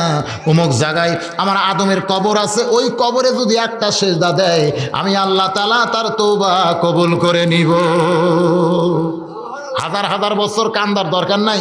অমুক জায়গায় আমার আদমের কবর আছে, ওই কবরে যদি একটা সেজদা দেয় আমি আল্লাহ ইবলিসের তওবা কবুল করে ওকে মাফ করে দিব। মুসা বলতেছে আল্লাহ তাহলে শয়তানের ভাগ্য খুলে গেছে, যে রাস্তার পাশে কাঁদতেছে সে তো অবশ্যই সেজদা দিতেই চাবে। আল্লাহ বলে মুসা রে যা শয়তানকে খবর দে। এবার মুসা আলাইহিস সালাম আসার সময় শয়তান বলে নবীজি আমার তওবাকে আল্লাহ কবুল করবে। মুসা নবী বলতে শয়তান রে তোর কপাল খুলে গেছে। শয়তান বলতেছে তাহলে কয় হাজার বছর কাঁদতে হবে, কয় হাজার বছর সেজদা দিয়া থাকতে হবে। মুসা বলে শয়তান রে হাজার বছর কান্দাকারীর দরকার নাই, কয় হাজার বছর সেজদা দেওয়ার দরকার নাই, শুধু একটা সেজদা দিলে আল্লাহ তোর তওবা কবুল করবে। সঙ্গে সঙ্গে শয়তান মারছে সেজদা। আল্লাহ নবী মুসা কয় শয়তান রে কোন জায়গায় সেজদা মারলি? বলে আল্লাহর সেজদা করলাম। মুসা কান্দে আর বলে শয়তান ওই আল্লাহকে সেজদা করলে তোর তওবা কবুল হবে না, অমুক জায়গায় আদমের কবর আছে, ওই কবরে একটা সেজদা দিলি আল্লাহ তোর তওবা কবুল করবে। সঙ্গে সঙ্গে শয়তান চিল্লায় মুসা রে তোমার আল্লাহর আক্কেল নাই। শয়তান চিল্লায় বলতেছে মুসা রে তোমার আল্লাহর আক্কেল নাই। জীবন্ত অবস্থায় যে আদমকে সেজদা দিলাম না, মরার পরে তার কবরে সেজদা দিয়া আমি শয়তান বেঈমান হবার পারবো না। কি ফতুয়া! জীবিত অবস্থায় যে শয়তানকে আদমকে সেজদা দিলাম না, মরার পরে সে আদমের কবরে সেজদা দিয়ে আমি বেঈমান হবার পারবো না। আমার পাঁচ পীরে এরকম কিছু লোক আছে রমজান মাস ওরা ইফতার পার্টি করে, ইফতার পার্টি। তো একদিন দেখলাম কিছু বসে আছে ইফতার সামনে নিয়ে 14-15 প্রকার আইটেম, ভাই যত আইটেম আছে সব আইটেম সামনে নিয়ে এইরকম থালি নিয়ে ইফতার নিয়ে বসে আছে, মুখ এরকম করে বসে আছে। আমি কইলাম ভাইজান আমার মনে হয় আপনি রোজা নাই। হুজুর আপনি ঠিকই কইছেন, সারাদিন রোজা না থেকে কবিরা গুনাহ করছি হুজুর, কিন্তু ইফতার না করে আমি মুনাফিক হয়ে মরতে পারবো না। খালি চাপা জুতের বাড়ি ধরে সারাদিন রোজা না থেকে কবিরা গুনাহ করছে, কিন্তু ইফতার না করে মুনাফিক হয়ে থাকে। এরা হলো শয়তানের বড় ভাই, ধরে কোন ঠিক কিনা? ইবলিসও যায় এরাও তাই। আপনাদের এলাকায় ইফতার পার্টির লোক আছে, ইফতার পার্টি, ইফতার মাহফিল আলাদা কিন্তু ইফতার পার্টি হলো আলাদা। দেখবেন মাগরিবের নামাজ না ইফতার করে ভন ভন করে সব চলে যাচ্ছে, নামাজ পড়তেছে না। এরকম বহু লোক আছে তারা ইফতার পার্টি করে। আল্লাহ পাক আজকের আলোচনার মধ্য দিয়া যতটুকু আলোচনা আমাদের শোনাইলো, বক্তা এবং শ্রোতা সবাইকে আল্লাহ আমল করার তৌফিক দান করে। সকলে বলে আল্লাহুম্মা আমিন। এখন ইস্তেগফার পড়ুন। আস্তাগফিরুল্লাহ রাব্বি মিন কুল্লি জামবি ওয়া তুবু ইলাইহি, আস্তাগফিরুল্লাহ রাব্বি মিন কুল্লি জামবি ওয়া তুবু ইলাইহি, আস্তাগফিরুল্লাহ রাব্বি মিন কুল্লি জামবি ওয়া তুবু ইলাইহি, লা হাওলা ওয়া লা কুওয়াতা ইল্লা বিল্লাহিল আলিয়্যিল আযীম। আল্লাহুম্মা সাল্লি আলা মুহাম্মাদ ওয়া আলা আলি মুহাম্মাদ কামা সাল্লাইতা আলা ইব্রাহিম ওয়া আলা আলি ইব্রাহিম ইন্নাকা হামিদুম মাজিদ। আল্লাহুম্মা বারিক আলা মুহাম্মাদ ওয়া আলা আলি মুহাম্মাদ কামা বারাকতা আলা ইব্রাহিম ওয়া আলা আলি ইব্রাহিম ইন্নাকা হামিদুম মাজিদ। বল মোহাব্বত কলিজার ভিতর নিয়া এই জান্নাতের বাগানে বসে বসে কোরআন হাদিসের আলোচনা শোনার শেষে আমি গুনাহগারের সঙ্গে রহমতের দরজায় ফকির হয়ে দোকানে হাত তুলেছে। মেহেরবানি করে আজকের মাহফিল আমাদের সকলের হেদায়েতের জন্য, নাজাতের জন্য, জান্নাতের জন্য কবুল করো। এই মাহফিলের শুরু থেকে শেষ পর্যন্ত যত আলোচনা হয়েছে এর মধ্যে যদি ত্রুটি হয়, ভুল হয়, মাফ করে দাও। এর জাহাদিয়া মঞ্জুর করো। সোনার মদিনায় নবী পাকের রওজা মোবারকে কবুল করে নাও। মদিনা কত সুন্দর নাম মদিনা, মদিনার মানুষটা যে কত সুন্দর। চাঁদ ভরা মুখকেও যদি একবার দেখতে পায় তার জন্য জাহান্নামের আগুন হারাম হইয়া যায়। মাবুদ এই দরদি নবী আজকে মদিনায় আমাদের জন্য রব্বি হাবলি উম্মতি বলে কাঁদতেছে, কিন্তু সেই নবীর জন্য আমাদের কলিজা কান্দে না। জাহাদিয়া মঞ্জুর করো, এই নবীজি রওজা মোবারকে কবুল করো। তামাম আম্বিয়ায়ে কেরাম, আসহাবে কেরাম, তাবিনে কেরাম, তাবা তাবিনে কেরাম, আউলায়ে কেরাম, পীর মাশায়েখ, বুজুর্গানে কেরাম, তামাম পৃথিবীর মাটির নিচে যত মুমিন মুমিনা আছে আল্লাহ সকলের পরে হাদিয়া কবুল করো। আমরা যারা হাত তুলেছি আমাদের মধ্যে যাদের মা নাই দুনিয়ায়, ছোট্ট একটি শব্দ হলো মা, এই নামের মধ্যে যে কি মধু, যাদের মা নাই তারাই বুঝতেছে। মায়ের এক ফোঁটা দুধের দাম, কাটিলে গায়েরই চাম, পার জুতা বানাইলেও ঋণের শোধ হবে না। এমন দরদি ভবে কেউ হবে না আমার মা গো। এই দরদের মা আজকে যাদের কবর গেছে আল্লাহ, এই মায়ের কবর জান্নাতের টুকরা বানিয়ে দাও।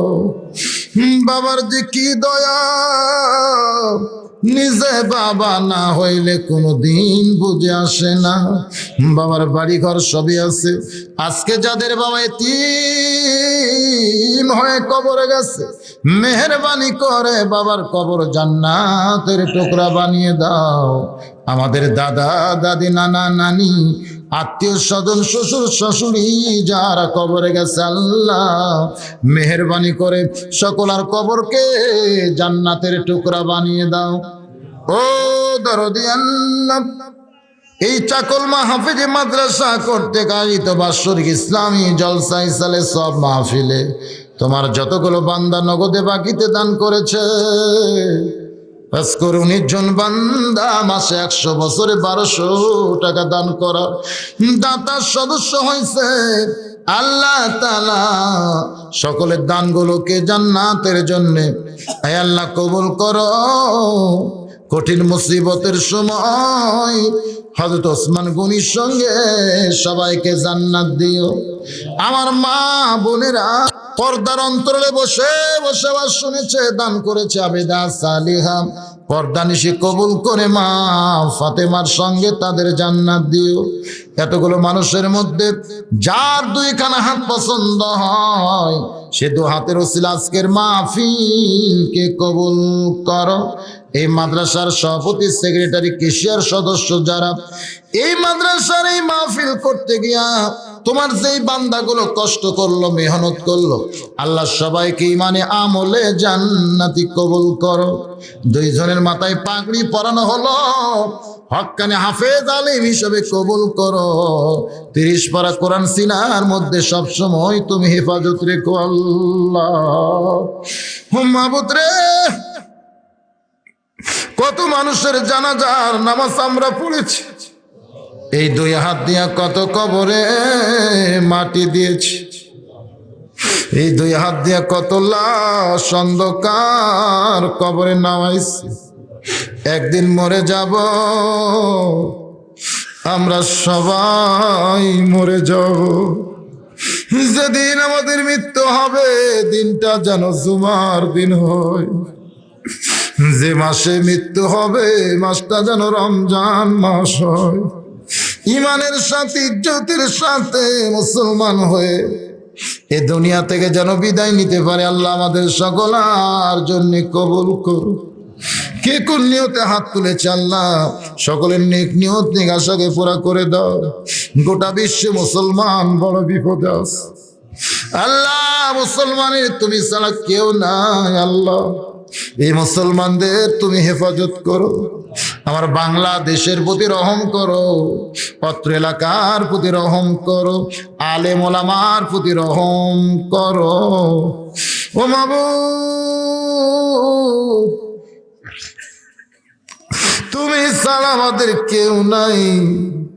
যদি তোমার দরজা থেকে আজকে খালি খালি ফিরে যেতে হয়, তুমি বলেছ আম্মা সাইলা ফালা তানহার, সাইলকারীকে ফিরান যায় না। তোমার দরজা আমরা ফকির, তুমি আমাদের কেমনে ফিরাইবে? আল্লাহ মেহেরবানি করে আমাদের সকলের জন্য দোয়া কবুল কর।